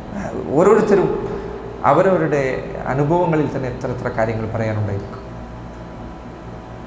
ആ പറയുന്ന ഖാത്തിറ, പറയുന്ന മനസ്സിലുണ്ടാകുന്ന ചെറിയ തോന്നൽ മുറിക്കാൻ എന്താണോ ആവശ്യം അവിടെ അത് നിനക്ക് എളുപ്പമാണ്. പിന്നെയോ ഇത് വളരുന്നതിനനുസരിച്ച് മുറിച്ചു നീക്കുക എന്നത് പ്രയാസമാണ്. പ്രണയം ഇതിന് പറയാവുന്ന ഏറ്റവും വലിയ ഉദാഹരണമാണ്. തുടങ്ങുന്നത് എങ്ങനെയാണ്? അവസാനിക്കുന്നത് എവിടെയാണ്? അവസാനിക്കുന്നത് സുബ്ഹാനല്ലാഹ്, നോക്കൂ നിങ്ങൾ, വഴിയിലൂടെ പോയൊരു പെൺകുട്ടിയാണ് നോക്കിയതിൽ തുടങ്ങിയ കാര്യം പിന്നീട് അവസാനിക്കുന്നത് ചിലപ്പോൾ ഈ പെൺകുട്ടി നോ പറഞ്ഞാൽ ആ പെൺകുട്ടിയെ തന്നെ പോയി കത്തിച്ച് കളയുന്നതിലാണ്. ലാ ഇലാഹ ഇല്ലല്ലാഹ്. നോക്കൂ നിങ്ങൾ, അതിൻ്റെ ഞാൻ ഈ പറയുന്നത് ഹറാമുകൾ, ഖവാത്തിറുകൾ, അതിന് നിൻ്റെ ഹൃദയത്തിൽ അവസരം കൊടുത്തു കഴിഞ്ഞാൽ നീ എത്തിപ്പെടാൻ സാധ്യതയുള്ള നാശത്തിൻ്റെ വഴി അത്ര വലുതായിരിക്കും. നിസ്സാരമായി കാണുന്നത് പോലെയല്ല. നമ്മളിൽ പലരും തിന്മകളിലേക്ക് പ്രവേശിക്കുമ്പോൾ ചിന്തിക്കുന്ന എന്താണ്? 2 ദിവസം കഴിഞ്ഞ് ഇറങ്ങാനാണ്. ഇറങ്ങാൻ പറ്റില്ല. അത് ഇബ്നുൽ ഖയ്യിം അദ്ദേഹം പറയാൻ, فدفع الخاطر الأول أسهل وأيسر من دفع أثر المقدور بعد وقوعه وترك معاودته. ആദ്യം മനസ്സിൽ മുള പൊട്ടുന്ന ആ ചിന്ത, ആ തോന്നൽ, അത് അവിടെ വെച്ച് മുറിച്ച് കളയലായിരുന്നു. ഇത് അവനെ ബാധിച്ചതിന് ശേഷം, ശീലമായതിനു ശേഷം മാറ്റിയെടുക്കുക എന്നതിനേക്കാൾ അവന് എളുപ്പമുള്ള. അതുകൊണ്ട് അള്ളാഹുവിൻ്റെ ദീൻ പാലിക്കാൻ ആഗ്രഹിക്കുന്നവരെ തിന്മ എത്ര ചെറുതാണ് എന്നത് നോക്കരുത്. ഇതിലേക്ക് കയറിക്കഴിഞ്ഞാൽ ഇറങ്ങുക എന്നത് പ്രയാസമാണ്. ഏതു തിന്മ, സാമ്പത്തികമാകട്ടെ, സ്വഭാവപരമായ തിന്മയാകട്ടെ. സ്വഭാവപരമായ തിന്മകൾ ഇതിൽപ്പെട്ടതാണ്. ആളുകളുടെ ദേഷ്യം ചിലപ്പോൾ തുടക്കത്തിൽ ആരംഭിക്കുന്ന ചെറിയ കാര്യമായിക്കൊണ്ടുണ്ട്, അവസാനിക്കുന്ന ചിലപ്പോൾ ഇത് അവന് ജീവിതത്തെ ബാധിക്കുന്ന പ്രശ്നമായിക്കൊണ്ടായിരിക്കും പിന്നെ ഇത് അവനെ കീഴടക്കാൻ പോകുന്നത്. അതുകൊണ്ട് ശ്രദ്ധിക്കേണ്ട കാര്യമാണിത്. അത് പറയാനാണ് ഞാനിത് മനസ്സിലാക്കിയത്. റസൂലുള്ളാഹി സ്വല്ലല്ലാഹു അലൈഹി വസല്ലം അവിടുന്ന് ഒരിക്കൽ ജാബിർ ബിൻ അബ്ദുല്ലാഹ് റളിയല്ലാഹു അൻഹു ഉദ്ധരിച്ച ഹദീസിൽ കാണാം, അവിടുന്ന് ഒരിക്കൽ ഒരു സ്ത്രീയെ കണ്ടു. സഹാബിയോട് ഒരു സ്ത്രീ നടന്നു പോകുന്നതിനാണ്. സൈനബ്, അവിടുന്ന് തൻ്റെ ഭാര്യയായ സൈനബിൻ്റെ അരികിൽ ചെന്നു. അവർ ഭക്ഷണം ഉണ്ടാക്കിക്കൊണ്ടിരിക്കുകയായിരുന്നു. നബി സല്ലല്ലാഹു അലൈഹി വസല്ലം അവിടുന്ന് ഒരു ഭാര്യയുമായി ചെയ്യാവുന്ന കാര്യം എന്താണ്? അവിടുത്തെ ആവശ്യം നിർവഹിച്ചു. ثم خرج إلى أصحابه, എന്നിട്ട് അവിടുന്ന് തൻ്റെ സഹാബികളുടെ അടുക്കലേക്ക് തിരിച്ചു വന്നു. ഫഖാൽ, എന്നിട്ട് അവിടുന്ന് പറഞ്ഞു, ഇന്നൽ മർഅത തുഖ്ബിലു ഫീ സൂറത്തി ശൈത്താനിൻ വതുദ്ബിറു ഫീ സൂറത്തി ശൈത്താൻ. പിശാച്, ഒരു സ്ത്രീ അവൾ മുന്നിലേക്ക് നടന്നു വരുന്നത് പിശാചിൻ്റെ രൂപത്തിലാണ്. അവൾ പിന്തിരിഞ്ഞു പോകുന്നതും പിശാചിൻ്റെ രൂപത്തിലാണ്. ഹറാമിലേക്ക് പ്രേരിപ്പിക്കാനുള്ള സാധ്യത അവളിൽ ധാരാളമുണ്ട്. فإذا أبصر أحدكم امرأة فليأتي أهله. നോക്കൂ നിങ്ങൾ, മനസ്സിലുണ്ടാകുന്ന ഒരു തോന്നലിനെ മുറിച്ച് കളയേണ്ടത് എങ്ങനെയാണെന്നാണ് നബി സല്ലല്ലാഹു അലൈഹി വസല്ലം തൻ്റെ സഹാബത്തിന് പഠിപ്പിച്ചു കൊടുത്തത്. നിങ്ങൾ ആരെങ്കിലും ഒരു സ്ത്രീയെ കണ്ടാൽ അവൻ്റെ ഭാര്യയുടെ അടുത്തേക്ക് ചെല്ലട്ടെ. ആ ബ്ലൂ ഫിലിം കാണാനല്ല പോകേണ്ടത്, വൃത്തിയേട് കാണാനല്ല പോകേണ്ടത്, സ്വയംഭോഗം ചെയ്യാനല്ല പോകേണ്ടത്. അവൻ്റെ ഭാര്യയുടെ അടുത്തേക്ക് ചെല്ലട്ടെ. ഫലിയാത്തി ഇംറഅതഹു, അവൻ്റെ ഭാര്യയുടെ അടുത്തേക്ക് ചെല്ലട്ടെ. فإن ذلك يرد ما في نفسه, അത് അവൻ്റെ മനസ്സിലുള്ള, നോക്കൂ, فإن ذلك يرد ما في نفسه, അവൻ്റെ മനസ്സിലുള്ള ചിന്തയെ ഇല്ലാതെയാക്കാൻ ആ പ്രവൃത്തി അവനെ സഹായിക്കുന്നത്. അതുകൊണ്ടാണ് ഇവിടെ ഭർത്താക്കന്മാരോട് പറയാനൊരു കാര്യമുണ്ട്, ഭാര്യമാരോട് പറയാനൊരു കാര്യമുണ്ട്. ഭർത്താവിനോട് പറയാനുള്ള കാര്യം, നിൻ്റെ ഭാര്യയുടെ അരികിൽ ഷഹ്വത്ത് അവസാനിപ്പിക്കുക എന്നതാണ്. അതിൽ നിനക്ക് നിൻ്റെ ചാരിത്രം സൂക്ഷിക്കാനുള്ള വടിയുണ്ട്, അതോടൊപ്പം എൻ്റെ ഭാര്യയ്ക്ക് അവരുടെ ചാരിത്രം സംരക്ഷിക്കാനുള്ള വടിയുമുണ്ട്. അതുകൊണ്ടാണ് ഫിഖ്ഹിൻ്റെ കിതാബുകളിൽ കാണാം, ഭാര്യയുമായുള്ള ബന്ധം ആഴ്ചയിൽ ഒരിക്കൽ വേണമെന്ന് പറഞ്ഞ ആളുകളുണ്ട്. ഇത് ഇന്ന് പറയേണ്ടി വരുന്നത് എന്തുകൊണ്ടാണ്? സുബ്ഹാനല്ലാഹ്, ആളുകൾ പലപ്പോഴും ഈ പരിഹാരം മുന്നിലുണ്ട്. ഞാൻ വിവാഹം കഴിച്ച ആളുകളെ കുറിച്ചാണ് പറയുന്നത്. പരിഹാരം മുന്നിലുണ്ട്, പക്ഷേ അവനടുത്തേക്ക് ചെല്ലില്ല. സഹോദരങ്ങളെ, ചില ആളുകൾ ഇതിൽ ലജ്ജ വിചാരിക്കുന്ന ആളുകൾ, അവനവൻ്റെ ഭാര്യയുടെ അടുത്തേക്കാണ് ചൊല്ലുന്നത്. നോക്കൂ, അല്ലാഹുവിൻ്റെ റസൂൽ സ്വല്ലല്ലാഹു അലൈഹി വസല്ലം അവിടുത്തെ പ്രവൃത്തിയിൽ നിന്ന് സഹാബികൾക്ക് ബോധ്യപ്പെട്ടു, അവിടുന്ന് തൻ്റെ ഭാര്യയുടെ അരികിലേക്ക് ചെന്നിട്ടുണ്ട്. അവിടെ നിന്ന് മോശം കണ്ടില്ല. ഒരാൾ ഹറാമിലേക്ക് പോകുന്നതാണോ ഹലാലിൽ അയാളുടെ ആവശ്യം നിർവഹിക്കുന്നതാണോ ലജ്ജിക്കേണ്ട കാര്യം? ഏതാണ് ലജ്ജിക്കേണ്ട കാര്യം? ഭർത്താക്കന്മാരോട് പറയാനുള്ള കാര്യം അതാണ്. അവൻ്റെ ഭാര്യ അവരുടെ അരികിൽ ചെല്ലുക എന്നത് അവൻ ഒഴിവാക്കരുത്. ഇന്ന് ഈ കാലഘട്ടത്തിൽ ഉണ്ടാകുന്ന അപകടങ്ങളിൽപ്പെട്ടത്, വൃത്തികേടുകളിൽപ്പെട്ടത്, ഉദാഹരണത്തിന് സിനിമകൾ മനുഷ്യരുടെ ജീവിതത്തെ അപകടപ്പെടുത്തിയ രൂപങ്ങളിലൊന്ന് അവനവൻ്റെ ഭാര്യയിൽ തൃപ്തി കണ്ടെത്താൻ സാധിക്കുന്നില്ല എന്നുള്ളതാണ്. കാരണം കണ്ണ് നീ തുറന്നു വെച്ചു കഴിഞ്ഞാൽ ദുനിയാവിൽ പലതരത്തിലുള്ളത് കാണാൻ സാധിക്കും. ദുനിയാവിലുള്ള എല്ലാം നീ കണ്ടു കഴിഞ്ഞാൽ നിനക്ക് നിൻ്റെ പക്കലുള്ളത് ഒന്നുമായി തോന്നുകയില്ല. നീ കണ്ണ് താത്തിയാലോ സലാമത്തുണ്ട്, സമാധാനമുണ്ട്, കൂടുതൽ കണ്ടിട്ടില്ലെങ്കിൽ. ഏതു കാര്യവും ഇങ്ങനെയാണ്. നിങ്ങൾ കണ്ടില്ലേ, നാട്ടിൽ നിന്ന് ഏതോ കുടിലിൽ കഴിഞ്ഞ ആളുകൾ ചിലപ്പോൾ എറണാകുളം സിറ്റിയിലൊന്ന് പോയി രണ്ട് കെട്ടിടം കണ്ടു കഴിഞ്ഞാൽ എന്താ വലുപ്പം എന്ന് പറയും. അതേ ആൾ പിന്നീട് ഗൾഫിൽ പോയി, ദുബായിലോ മറ്റോ പോയി തിരിച്ച് വന്നാൽ ഇതൊക്കെ എന്താണ് എന്ന് പറയും. നോക്കൂ, ഇന്നലെ വരെ അവന് ഇത് വളരെ വലിയ കാര്യമായിരുന്നു. പക്ഷെ ഇന്നത് അവന് നിസ്സാരമായത് എന്തുകൊണ്ട്? അതിനേക്കാൾ വലുത് കണ്ടു. അത് കണ്ണ് താഴ്ത്തുക എന്നത് സുബ്ഹാനല്ലാഹ്. നോക്കൂ നിങ്ങൾ, അള്ളാഹു ഖുർആനിൽ കൽപ്പിച്ചത് സ്ത്രീകളോട് വസ്ത്രം ശരിയാക്കാൻ മാത്രമല്ല, പുരുഷന്മാരോട് എന്താ പറഞ്ഞത്? അവർ കണ്ണ് താത്തണം എന്ന് പറഞ്ഞിട്ടുണ്ട്. ഒരു കണ്ണ് താത്തണം, കണ്ണ് തുറന്നു വെക്കരുത്, എല്ലാ സ്ത്രീകളെയും നോക്കരുത്. ഇന്ന് ഈ സിനിമകൾ ഉണ്ടാക്കിയെടുത്ത അപകടങ്ങളിൽപ്പെട്ടതാണിത്. ഇത് ഭാര്യ ഭർത്താക്കന്മാരെ ബാധിക്കുന്ന വലിയ അപകടങ്ങളിൽപ്പെട്ടതാണ്. ഭാര്യമാരോട് പറയാനുള്ള കാര്യം എന്താണ്? സഹോദരി, നിന്നെ സംബന്ധിച്ചിടത്തോളം നിൻ്റെ ഏറ്റവും വലിയ വാജിബാത്തുകളിൽപ്പെട്ടതാണ് ഭർത്താവ് കിടക്കയിലേക്ക് ക്ഷണിച്ചാൽ ക്ഷണം സ്വീകരിക്കാനുള്ളത്. ഈ ഹദീസിൽ എന്താണ്? സൈനബ് റളിയല്ലാഹു അൻഹ വീട്ടുപണിയിലായിരുന്നു. വീട്ടുപണിയെടുക്കുന്ന സമയത്ത് ഒരു ഭർത്താവ് ഭാര്യ വിളിച്ചാൽ പൊതുവെ എന്തായിരിക്കും വീടുകളിൽ സംഭവിക്കുക? ആളുകൾ ഇതിലൊക്കെ എന്തോ ഒരു അനാവശ്യമായ ലജ്ജ കാണാറുണ്ട്. അത് പിശാചിൽ നിന്നുള്ള വിശ്വാസം. അവനവൻ്റെ ഭാര്യയെ വിളിക്കുന്നതിലോ അവനവൻ്റെ ഭാര്യയെ സ്നേഹിക്കുന്നതിലോ ഒരു മോശത്തരവും കാണേണ്ടതില്ല. അതിനൊരു വൃത്തികേടില്ല. അത് നന്മയുള്ള കാര്യമാണ്. സുബ്ഹാനല്ലാഹ്, ഞാൻ ഈ അടുത്ത് കണ്ട കാര്യങ്ങൾ ഈ ഹദീസ് യുക്തിവാദികളിൽ ചിലർ അള്ളാഹുവിൻ്റെ റസൂൽ സല്ലല്ലാഹു അലൈഹി വസല്ലം ആക്ഷേപിക്കുന്നതിന് വേണ്ടി പറഞ്ഞിട്ടുണ്ട് എന്നുള്ളതാണ്. ഇതിലെന്താണ് ആക്ഷേപിക്കാനുള്ളത്? നാട്ടിലുള്ള മുഴുവൻ പെണ്ണുങ്ങളെ നോക്കാം എന്ന് പറഞ്ഞ് നടക്കുന്ന ആളുകൾ അവനവൻ്റെ ഭാര്യയുടെ അരികിലേക്ക് അള്ളാഹുവിൻ്റെ റസൂൽ സല്ലല്ലാഹു അലൈഹി വസല്ലം പോയി എന്ന് പറയുന്നതിൽ സുബ്ഹാനല്ലാഹ്. ഒരു സഹോദര, ഈ അനാവശ്യമായ ലജ്ജ ശൈത്താനിൽ നിന്നുള്ളതാണ്. ഇതേ കാര്യം നിങ്ങൾക്ക് വിവാഹത്തിൻ്റെ കാര്യത്തിൽ കാണാൻ സാധിക്കും. 15 വയസ്സുള്ള കുട്ടി, 15ഒക്കെ പോയി, 10 വയസ്സുള്ള കുട്ടി ഗേൾ ഫ്രണ്ട് ഉണ്ടായാൽ ഒരു കുഴപ്പവുമില്ല. എന്നാൽ 18 വയസ്സുള്ള കുട്ടി കല്യാണം കഴിച്ചു നോക്കട്ടെ, അത് ആളുകൾ എന്തോ ഒരു ഭയങ്കര മോശമായ കാര്യമായി കാണും. ഒന്ന് ഹലാലാണ്, മറ്റൊന്ന് ഹറാമാണ്. ഇത് ശൈത്താൻ മനസ്സിലുണ്ടാക്കുന്ന ചിന്തന, നീ അതിലേക്ക് വീണു പോകേണ്ടതില്ല. അതുകൊണ്ട് ഖാത്തിറത്തുണ്ടാകുമ്പോൾ, ഞാൻ അതിനാണ് ഇത്രയും പറഞ്ഞത്, ഖാത്തിറത്തുണ്ടാകുമ്പോൾ ഹലാലായ വഴി ഉപയോഗപ്പെടുത്തുക.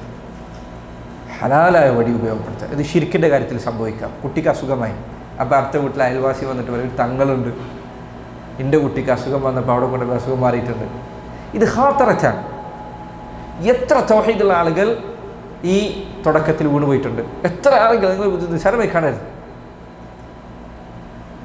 എന്താണ് ഖാത്തിറത്ത് പരിഹരിക്കാനുള്ള വഴി? എന്താണ്? അല്ലാണ്ട് ദുആ ചെയ്യാൻ. നബി സല്ലല്ലാഹു അലൈഹി വസല്ലം പഠിപ്പിച്ചു തന്ന ദിക്റുകൾ ജീവിതത്തിൽ പാലിക്കുക, റുഖ്യ ചെയ്യുക, മന്ത്രിക്കുക, കാണിക്കേണ്ട ഡോക്ടർമാരെ കാണിക്കുക. അതല്ലാതെ അവന് മാറിയില്ലേ, ഇവന് മാറിയില്ലേ, ഇവർക്ക് മാറിയില്ലേ എന്ന് ചിന്തിക്കലല്ല. ഈ ഖാത്തിറത്തിൽ വീണുമ്പോൾ എത്ര ആളുകൾ ശിർക്കിലേക്ക് എത്തിപ്പെട്ട ആളുകളുണ്ട്. വിശുദ്ധ ഖുർആനിൽ സൂറത്തുൽ ഹശ്റിൽ അല്ലാഹു സുബ്ഹാനഹു വ തആല ഒരു മനുഷ്യൻ്റെ കഥ പറഞ്ഞിട്ടുണ്ട്. പിശാചും മനുഷ്യനും തമ്മിലുള്ള ഉപമ പറഞ്ഞിട്ടുണ്ട്.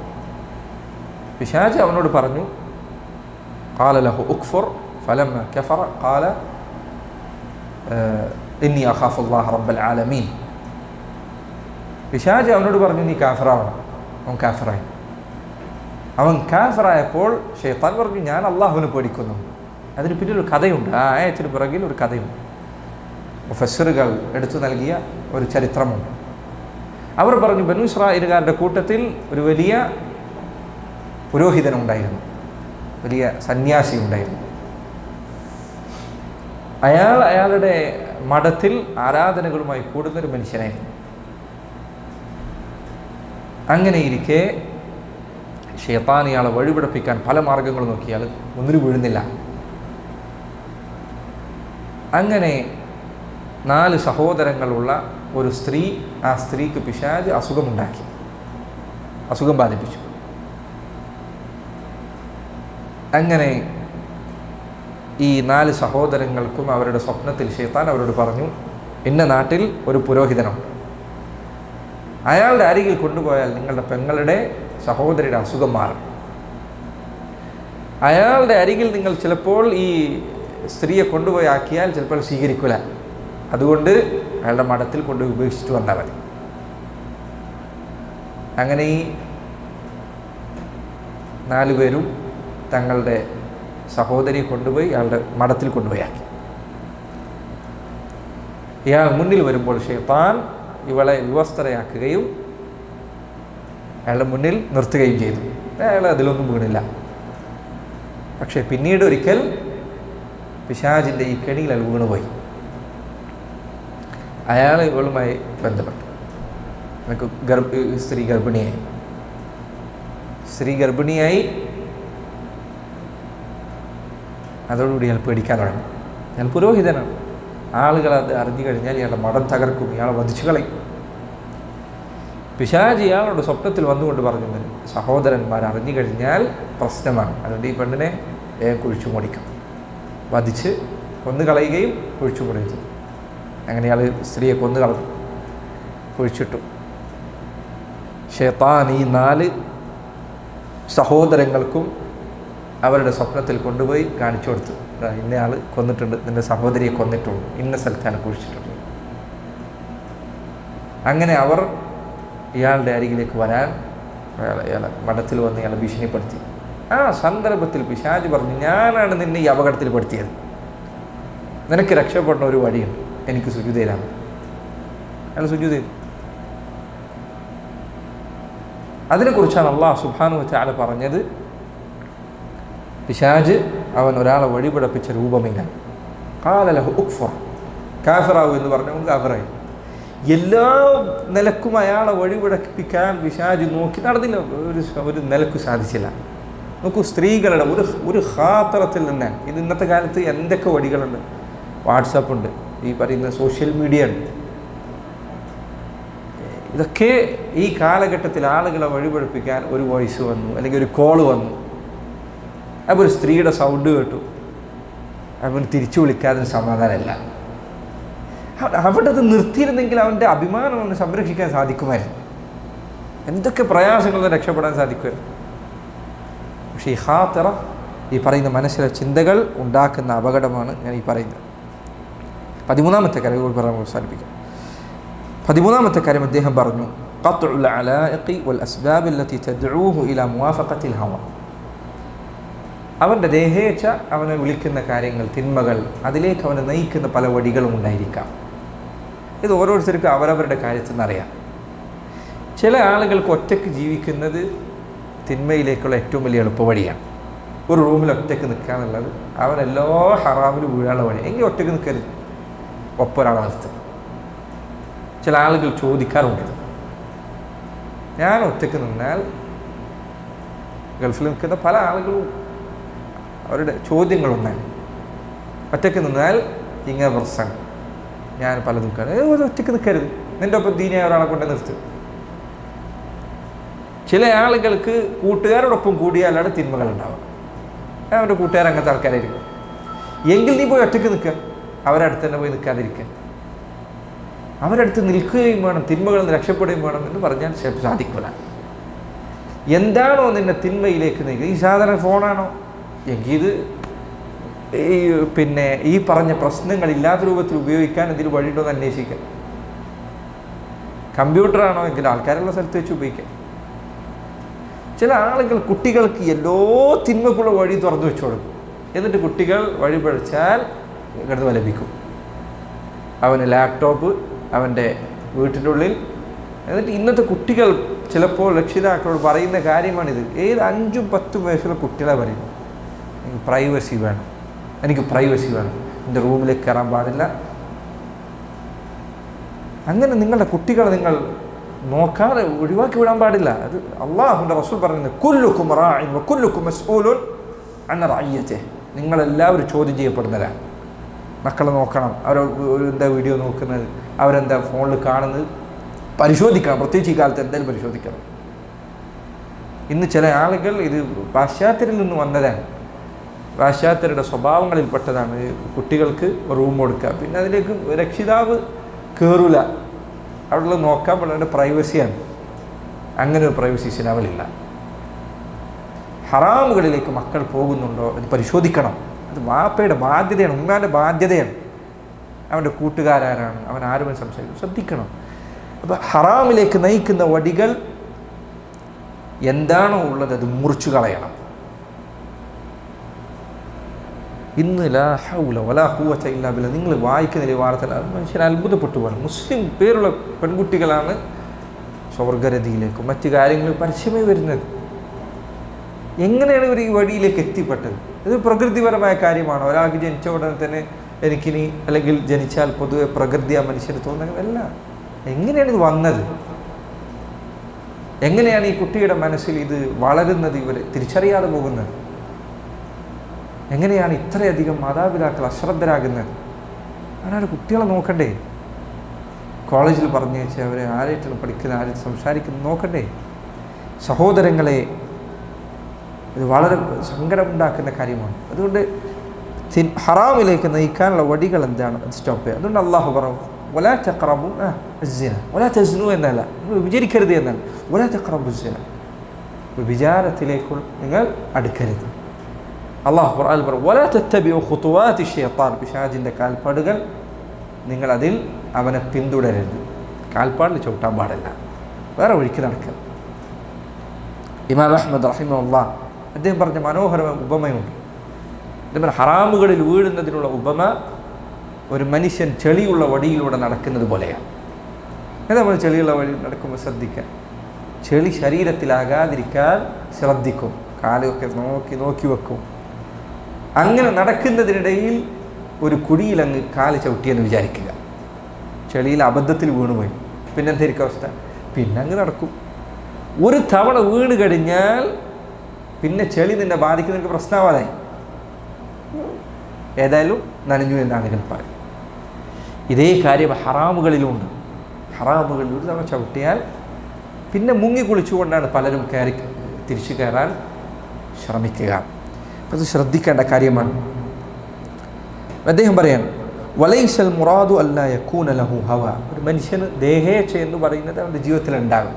അത് മുഴുവനായി മുറിച്ചു കളയാൻ പറ്റില്ല. മറിച്ച് ബൽ യസ്റിഫു ഹവാഹു ഇലാ മാ യൻഫഉഹു, മറിച്ച് അവൻ്റെ ദേഹേച്ഛയെ അവന് ഉപകരിക്കുന്ന കാര്യത്തിലേക്ക് അവൻ പ്രയോജനപ്പെടുത്തുക. അവൻ്റെ ദേഹേച്ഛ. അതുകൊണ്ടാണ് അള്ളാഹു സുബ്ഹാനഹു തആല ഒരിക്കലും എന്ത് ചെയ്തില്ല, വിചാരം ഹറാമാക്കി. പിന്നെ ഒരു സ്ത്രീയായിട്ട് ബന്ധപ്പെടരുതെന്നാണ് പറഞ്ഞത്? അല്ല, വിവാഹം കഴിക്കാൻ അള്ളാഹു അനുവദിച്ചിട്ടുണ്ട്. ഏത് ഹറാമുകൾ നോക്കൂ നിങ്ങൾ ഇസ്ലാമിൽ, ഹറാമുണ്ടോ അതിൻ്റെ നേരെ ഓപ്പോസിറ്റിൽ അതിൻ്റെ ഇരട്ടിയായി ഹലാലിൻ്റെ വഴി തുറന്നു വെച്ചിട്ടുണ്ടാകും. ഹദീസുകളിൽ പലപ്പോഴും ഹറാമ് തിരുത്തുമ്പോൾ ഹലാൽ കൂടി പറഞ്ഞു കൊടുക്കുന്നത് കാണാം. ഹദീസിൽ പല ഹദീസുകളും നിൽക്കുകയാണ്. ഹറാമ് വേണ്ട എന്ന് പറയുമ്പോൾ ഒപ്പം ഹലാൽ പറഞ്ഞു കൊടുക്കും. എന്തുകൊണ്ടാണ്? ഹറാമല്ല എങ്കിൽ ഈ വടികളുണ്ട്. കാരണം മനുഷ്യനെ സംബന്ധിച്ചിടത്തോളം നമുക്ക് ഇത് ദഅവത്തിലും നമ്മൾ ശ്രദ്ധിക്കേണ്ട കാര്യമാണ്. തിന്മകളിലുള്ള ആളുകൾ അവരോട് തിന്മ സ്റ്റോപ്പ് ചെയ്യാൻ പറയുമ്പോൾ അവന് വേറെ പണി കൂടി പറഞ്ഞു കൊടുക്കണം. നിനക്ക് ഇങ്ങനെ ചെയ്യേണ്ടതില്ല, ഇങ്ങനെ ചെയ്യാം. ഈ കഴിവ് നിനക്ക് മറ്റൊരു മേഖലയിൽ ഉപയോഗപ്പെടുത്താൻ, ഹലാലിൽ ഉപയോഗപ്പെടുത്താൻ പറഞ്ഞു കൊടുത്തിട്ടില്ലെങ്കിൽ ഇത് ഹറാമിൽ തന്നെ കിടക്കും. അദ്ദേഹം ഈ പറഞ്ഞ ഭാഗത്ത് വിശദീകരിച്ച ചുരുക്കം അതാണ്. അദ്ദേഹം പറയാൻ, فإن ذلك يدفع عنه شر الاستعمال في معاصيه, ഒരാൾ തൻ്റെ ദേഹേച്ഛയെ ഹലാലിൽ ഉപയോഗിച്ചിട്ടില്ലെങ്കിൽ ഹലാലുകളിൽ ഉപയോഗിച്ചാൽ ഹറാമുകളിൽ ഉപയോഗിക്കുന്നതിൽ നിന്ന് അത് അവനെ തടയുന്നതാണ്. فإن كل شيء من الإنسان يستعمله لله فإن الله يقيه شر استعماله لنفسه وللشيطان. ഒരാൾ തൻ്റെ നഫ്സിലുള്ള എന്തൊരു കാര്യം അള്ളാഹുവിന് വേണ്ടി ഉപയോഗപ്പെടുത്തിയാൽ അള്ളാഹു അവനെ ആ കാര്യത്തിൽ ഹറാമിൽ വീഴുന്നതിൽ നിന്ന് രക്ഷപ്പെടുത്തുന്നതാണ്. ചെവി അള്ളാഹു അനുസരിക്കുന്നതിൽ ഉപയോഗപ്പെടുത്തിയാൽ ഹറാമിൽ നിന്ന് അള്ളാഹു കാക്കുന്നതാണ്.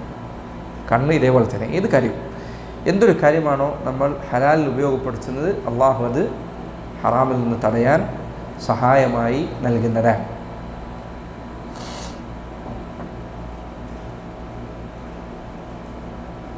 നോക്കൂ നിങ്ങൾ വിജ്ഞാനം ഒരാൾ അള്ളാഹുവിന് വേണ്ടി അല്ല പഠിച്ചത് എങ്കിൽ എന്തിനു വേണ്ടിയിട്ടായിരിക്കും പിന്നെ ഉപയോഗപ്പെടുത്തുക?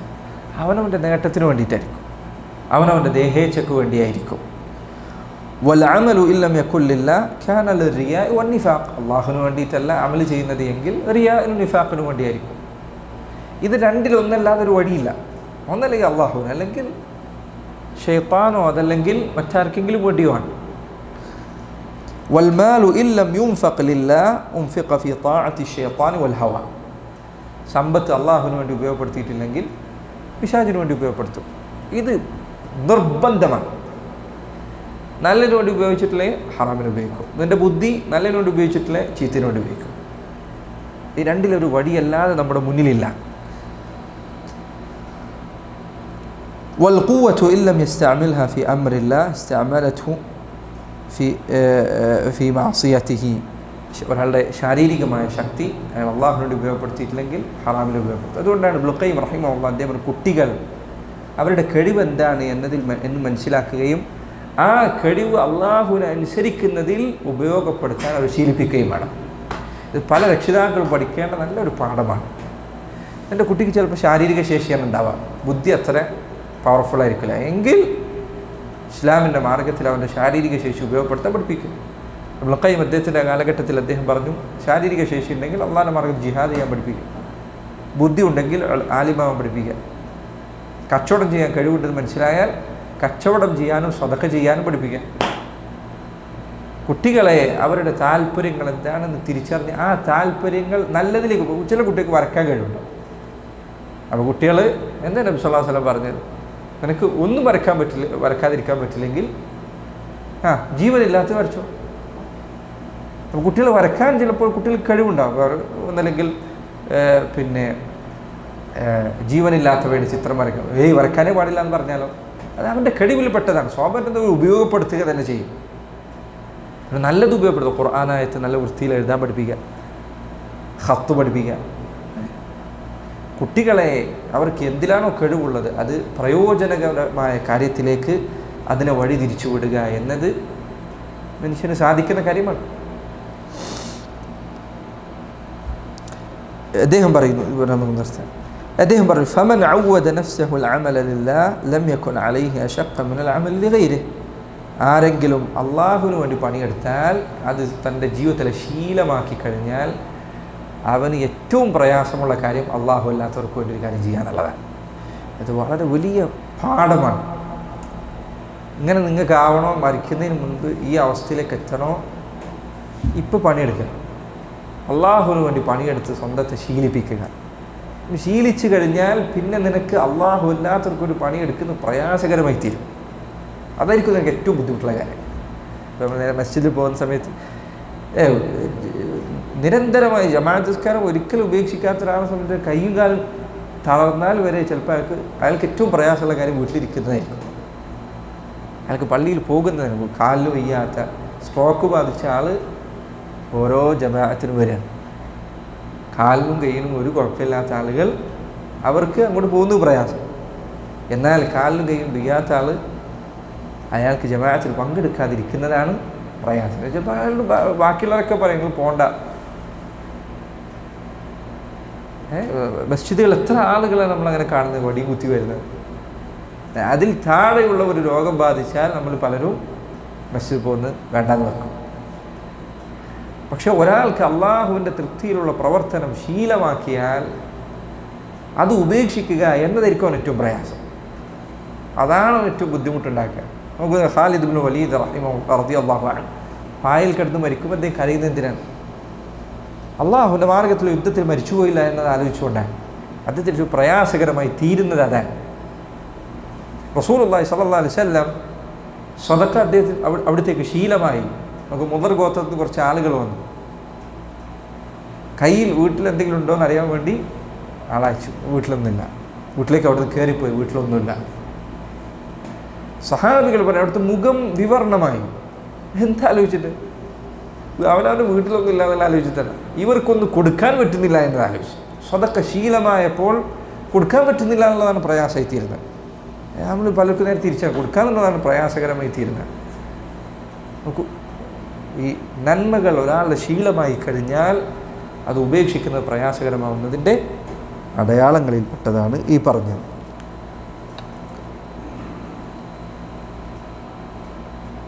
അദ്ദേഹം പറഞ്ഞു, وهذا في جميع أبواب الأعمال فليس شيء أشق على المنفق إلا من الإنفاق لغيره وكذا بالعكس. അള്ളാഹുവിന് വേണ്ടി ദാനം ചെയ്യുന്ന ഒരു മനുഷ്യനെ സംബന്ധിച്ചിടത്തോളം അള്ളാഹു അല്ലാത്തവർക്ക് വേണ്ടി എന്തെങ്കിലും ചിലവഴിക്കുക എന്നുള്ളതായിരിക്കും അവന് ഏറ്റവും പ്രയാസകരമായി തീരാൻ.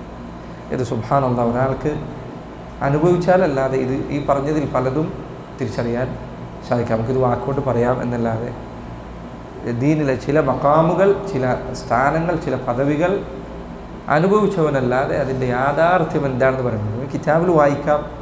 അതിൽ നമുക്ക് ചിലപ്പോൾ നാവ് കൊണ്ട് പറയാൻ സാധിക്കും. പക്ഷേ അത് എന്താണ് എന്ന് തിരിച്ചറിയണമെങ്കിൽ അതിനു മാത്രം നമ്മൾ ചിലപ്പോൾ പണിയെടുക്കേണ്ടതുണ്ട്, നന്നായി പണിയെടുക്കേണ്ടതുണ്ട്. സഹോദരങ്ങളെ, തിന്മകളിൽ നിന്ന് രക്ഷപ്പെടാനുള്ള വഴികളിൽപ്പെട്ടതാണ് ഈ പറഞ്ഞ ചില കാര്യങ്ങൾ. ഇതിനെ പറഞ്ഞത് ഏറ്റവും യുവാക്കൾ, പ്രത്യേകിച്ച് കൗമാരക്കാർ ശ്രദ്ധിക്കേണ്ട കാര്യം വസ്വാസുകൾ അവസാനിപ്പിക്കുക എന്നതാണ്. മനസ്സിൽ വരുന്ന ചിന്തകൾ അതിൻ്റെ തുടക്കത്തിൽ നിങ്ങൾ ഇല്ലാതെയാക്കുക. ഇന്ന് നമ്മൾ പലപ്പോഴും ചെറിയ കുട്ടികൾ ഈ പറയുന്ന മയക്കുമരുന്നിലും മറ്റുമൊക്കെ അടിമപ്പെടുന്നത് കാണുമ്പോൾ ഇത്തരം ഉപദേശങ്ങൾ കുട്ടികൾക്ക് നൽകുന്നതിൻ്റെ ആവശ്യം അവർക്ക് മനസ്സിലാവുന്ന ഭാഷയിൽ പറഞ്ഞു കൊടുക്കുക. അപ്പോൾ നമ്മളൊരു കിതാബ് വെച്ചത് വായിച്ചതാണ്. ഇത് നിൻ്റെ കുട്ടിക്ക് മനസ്സിലാവുന്ന ഭാഷയിൽ നീ പറഞ്ഞു കൊടുക്കുക. മക്കളെ നമ്മൾ ശ്രദ്ധിക്കണം. അടുത്തൊരു തലമുറ നശിച്ചു പോകരുത്. ഇന്ന് കുട്ടികൾ നാട്ടിൽ നിന്ന് കേൾക്കുന്ന വാർത്തകൾ ഇത്രയും അപകടമുള്ളതാണ്. മയക്കുമരുന്നൊരു ഭാഗത്ത്, സ്വർഗ്ഗരതി ഒരു ഭാഗത്ത്.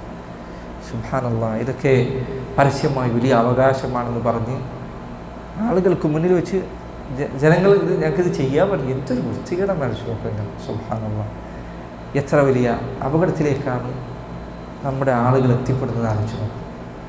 അപ്പോൾ എങ്ങനെയാണ് ഇതിങ്ങനെ എത്തിപ്പെട്ടത്? നമ്മുടെ തലമുറ ശ്രദ്ധിക്കാത്തത് കൊണ്ടാണ്. നമ്മൾ ശ്രദ്ധിക്കണം, നന്മ കൽപ്പിക്കണം, തിന്മ വിരോധിക്കണം. വല്ലാഹി ലതഅമുറുന ബിൽ മഅറൂഫ് വലതൻഹൗന അനിൽ മുൻകർ. നിങ്ങൾ നന്മ കൽപ്പിക്കുക തന്നെ വേണം, തിന്മ വിരോധിക്കുക തന്നെ വേണം. ഔ ലയൂഷികന്ന അല്ലാഹു അൻ യബ്അസ അലൈക്കും ഇഖാബൻ മിനസ് സമാ സുമ്മ ലതദഊന ഫലാ യുസ്തജാബു ലക്കും. അതല്ലെങ്കിൽ അള്ളാഹു നിങ്ങൾക്ക് ആകാശത്ത് ശിക്ഷ ഇറക്കും, പിന്നെ നിങ്ങൾ വിളിച്ച് പ്രാർത്ഥിച്ചാൽ അള്ളാഹു നിങ്ങളുടെ പ്രാർത്ഥനയ്ക്ക് ഉത്തരം നൽകില്ല. മുൻപ് നമ്മുടെ പ്രശ്നം പ്രണയമായിരുന്നു, ആണും പെണ്ണും തമ്മിലുമാണ്. അത് ആദ്യകാലത്തൊക്കെ എന്താ പ്രശ്നം? പാപ്പാക്കും ഉമ്മാക്കും ഇഷ്ടമില്ലാത്ത ഏതെങ്കിലും ഒരാളെ പ്രണയിച്ചു എന്നതായിരുന്നു, മുസ്ലിമാണ്. ഇപ്പോൾ പ്രശ്നം മാറി. ഇപ്പോൾ പിന്നെ അന്യമതത്തിലുള്ള, എന്നിട്ട് ആളുകളത് അവകാശമായി പറയുന്നത് ഈ മുസ്ലിമാണോ പറ്റില്ല എന്നുള്ളതാണ് ഉത്തരം. നാട്ടിലെ നിയമം കൊണ്ട് പറ്റുമോ? പറ്റും. പക്ഷേ ഇസ്ലാമിൽ പറ്റുമോ? ഇല്ല, ഇസ്ലാമിൽ പറ്റില്ല. എത്ര പെൺകുട്ടികളാണ്, എത്ര യുവാക്കളാണ് ഈ പറഞ്ഞ കുഫറിൽ പോയി ചാടുന്നത്. തനിച്ച് കുഫർ പോയിട്ട് അമ്പലത്തിൽ പോയി കല്യാണം കഴിക്കും. അഊദു ബില്ലാഹി മിൻ ദാലിക്. ഇപ്പോൾ അത് കഴിഞ്ഞ് അടുത്ത ഫിത്ന എന്താണ്? സ്വർഗ്ഗരതിയാണ്. ലാ ഇലാഹ ഇല്ലല്ലാഹ്. മുസ്ലിം കുടുംബങ്ങളിലേക്ക് ഇത് എങ്ങനെ എത്തിപ്പെടുന്നു എന്നുള്ളത് നമ്മൾ അത്ഭുതപ്പെടുത്തുന്ന കാര്യമാണ്. നമുക്ക് ഇത്തരം വാർത്തകൾ മറ്റു മതസ്ഥരിൽ കണ്ടിട്ടല്ല പിന്നെ നമ്മളെ മതത്തിൽ കാണുന്നത്. ആദ്യം തന്നെ കാണുന്നത് എവിടെയാണ്? അള്ളാഹുവിൻ്റെ ദീൻ പാലിച്ച് ജീവിക്കേണ്ട മുസ്ലിം സമൂഹത്തിനിടയിൽ ആദ്യമായിട്ട് കാണപ്പെടുന്നത്, ഒരു നാട്ടിലെ ആദ്യത്തെ പ്രശ്നമായിട്ട് വരുന്നത് മുസ്ലിങ്ങൾക്കിടയിൽ നിന്നാണ് എന്നു പറയുമ്പോൾ നമ്മുടെ മതപരമായ ഉപദേശങ്ങൾ, മതപരമായ നിഷ്ഠകൾ എത്രമാത്രം നഷ്ടപ്പെട്ടിരിക്കുന്നു എന്നുള്ള തെളിവാണ്.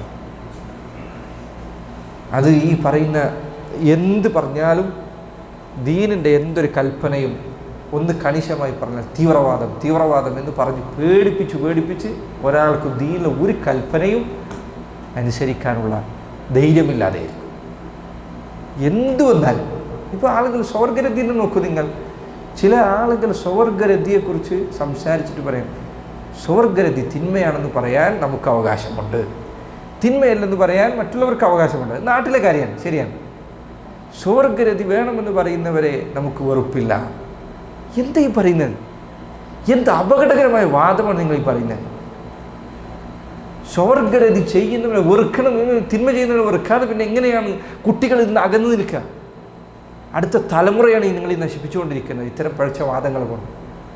അള്ളാഹുവിൻ്റെ ദീൻ ഇങ്ങനെ ഒരു വാദമല്ല. തിന്മ ചെയ്യുന്നവരെ വെറുക്കണം, അത് ചെറിയ പ്രായത്തിൽ പഠിപ്പിച്ചു. എൻ്റെ കുട്ടികൾ നമ്മൾ പറഞ്ഞു, മോനെ മോനെ കണ്ടില്ലേ, മഹാവികൃതിയാണ്, അവരടുത്തേക്ക് പോയതെറ്റാ, അവൻ്റെ കളിക്കാൻ എന്തുകൊണ്ടാണ് നമ്മളത് പറഞ്ഞു കൊടുക്കുന്നത്? മോനെ നീ അവൻ്റെ വികൃതിയെ വെറുത്താൽ മതി, അവനെ വെറുക്കേണ്ടതില്ല എന്ന് നമ്മൾ പറയുമോ? കള്ളു കുടിക്കുന്ന ഒരുത്തനെ നോക്കി അവൻ്റെ കള്ളുകുടിയെ വെറുത്താൽ മതി, നീ അവനുമായിട്ട് സ്നേഹത്തോടു കൂടി പെരുമാറണം നമ്മൾ പറയാം. അങ്ങനെയാണോ മക്കളെ വളർത്തേണ്ടത്?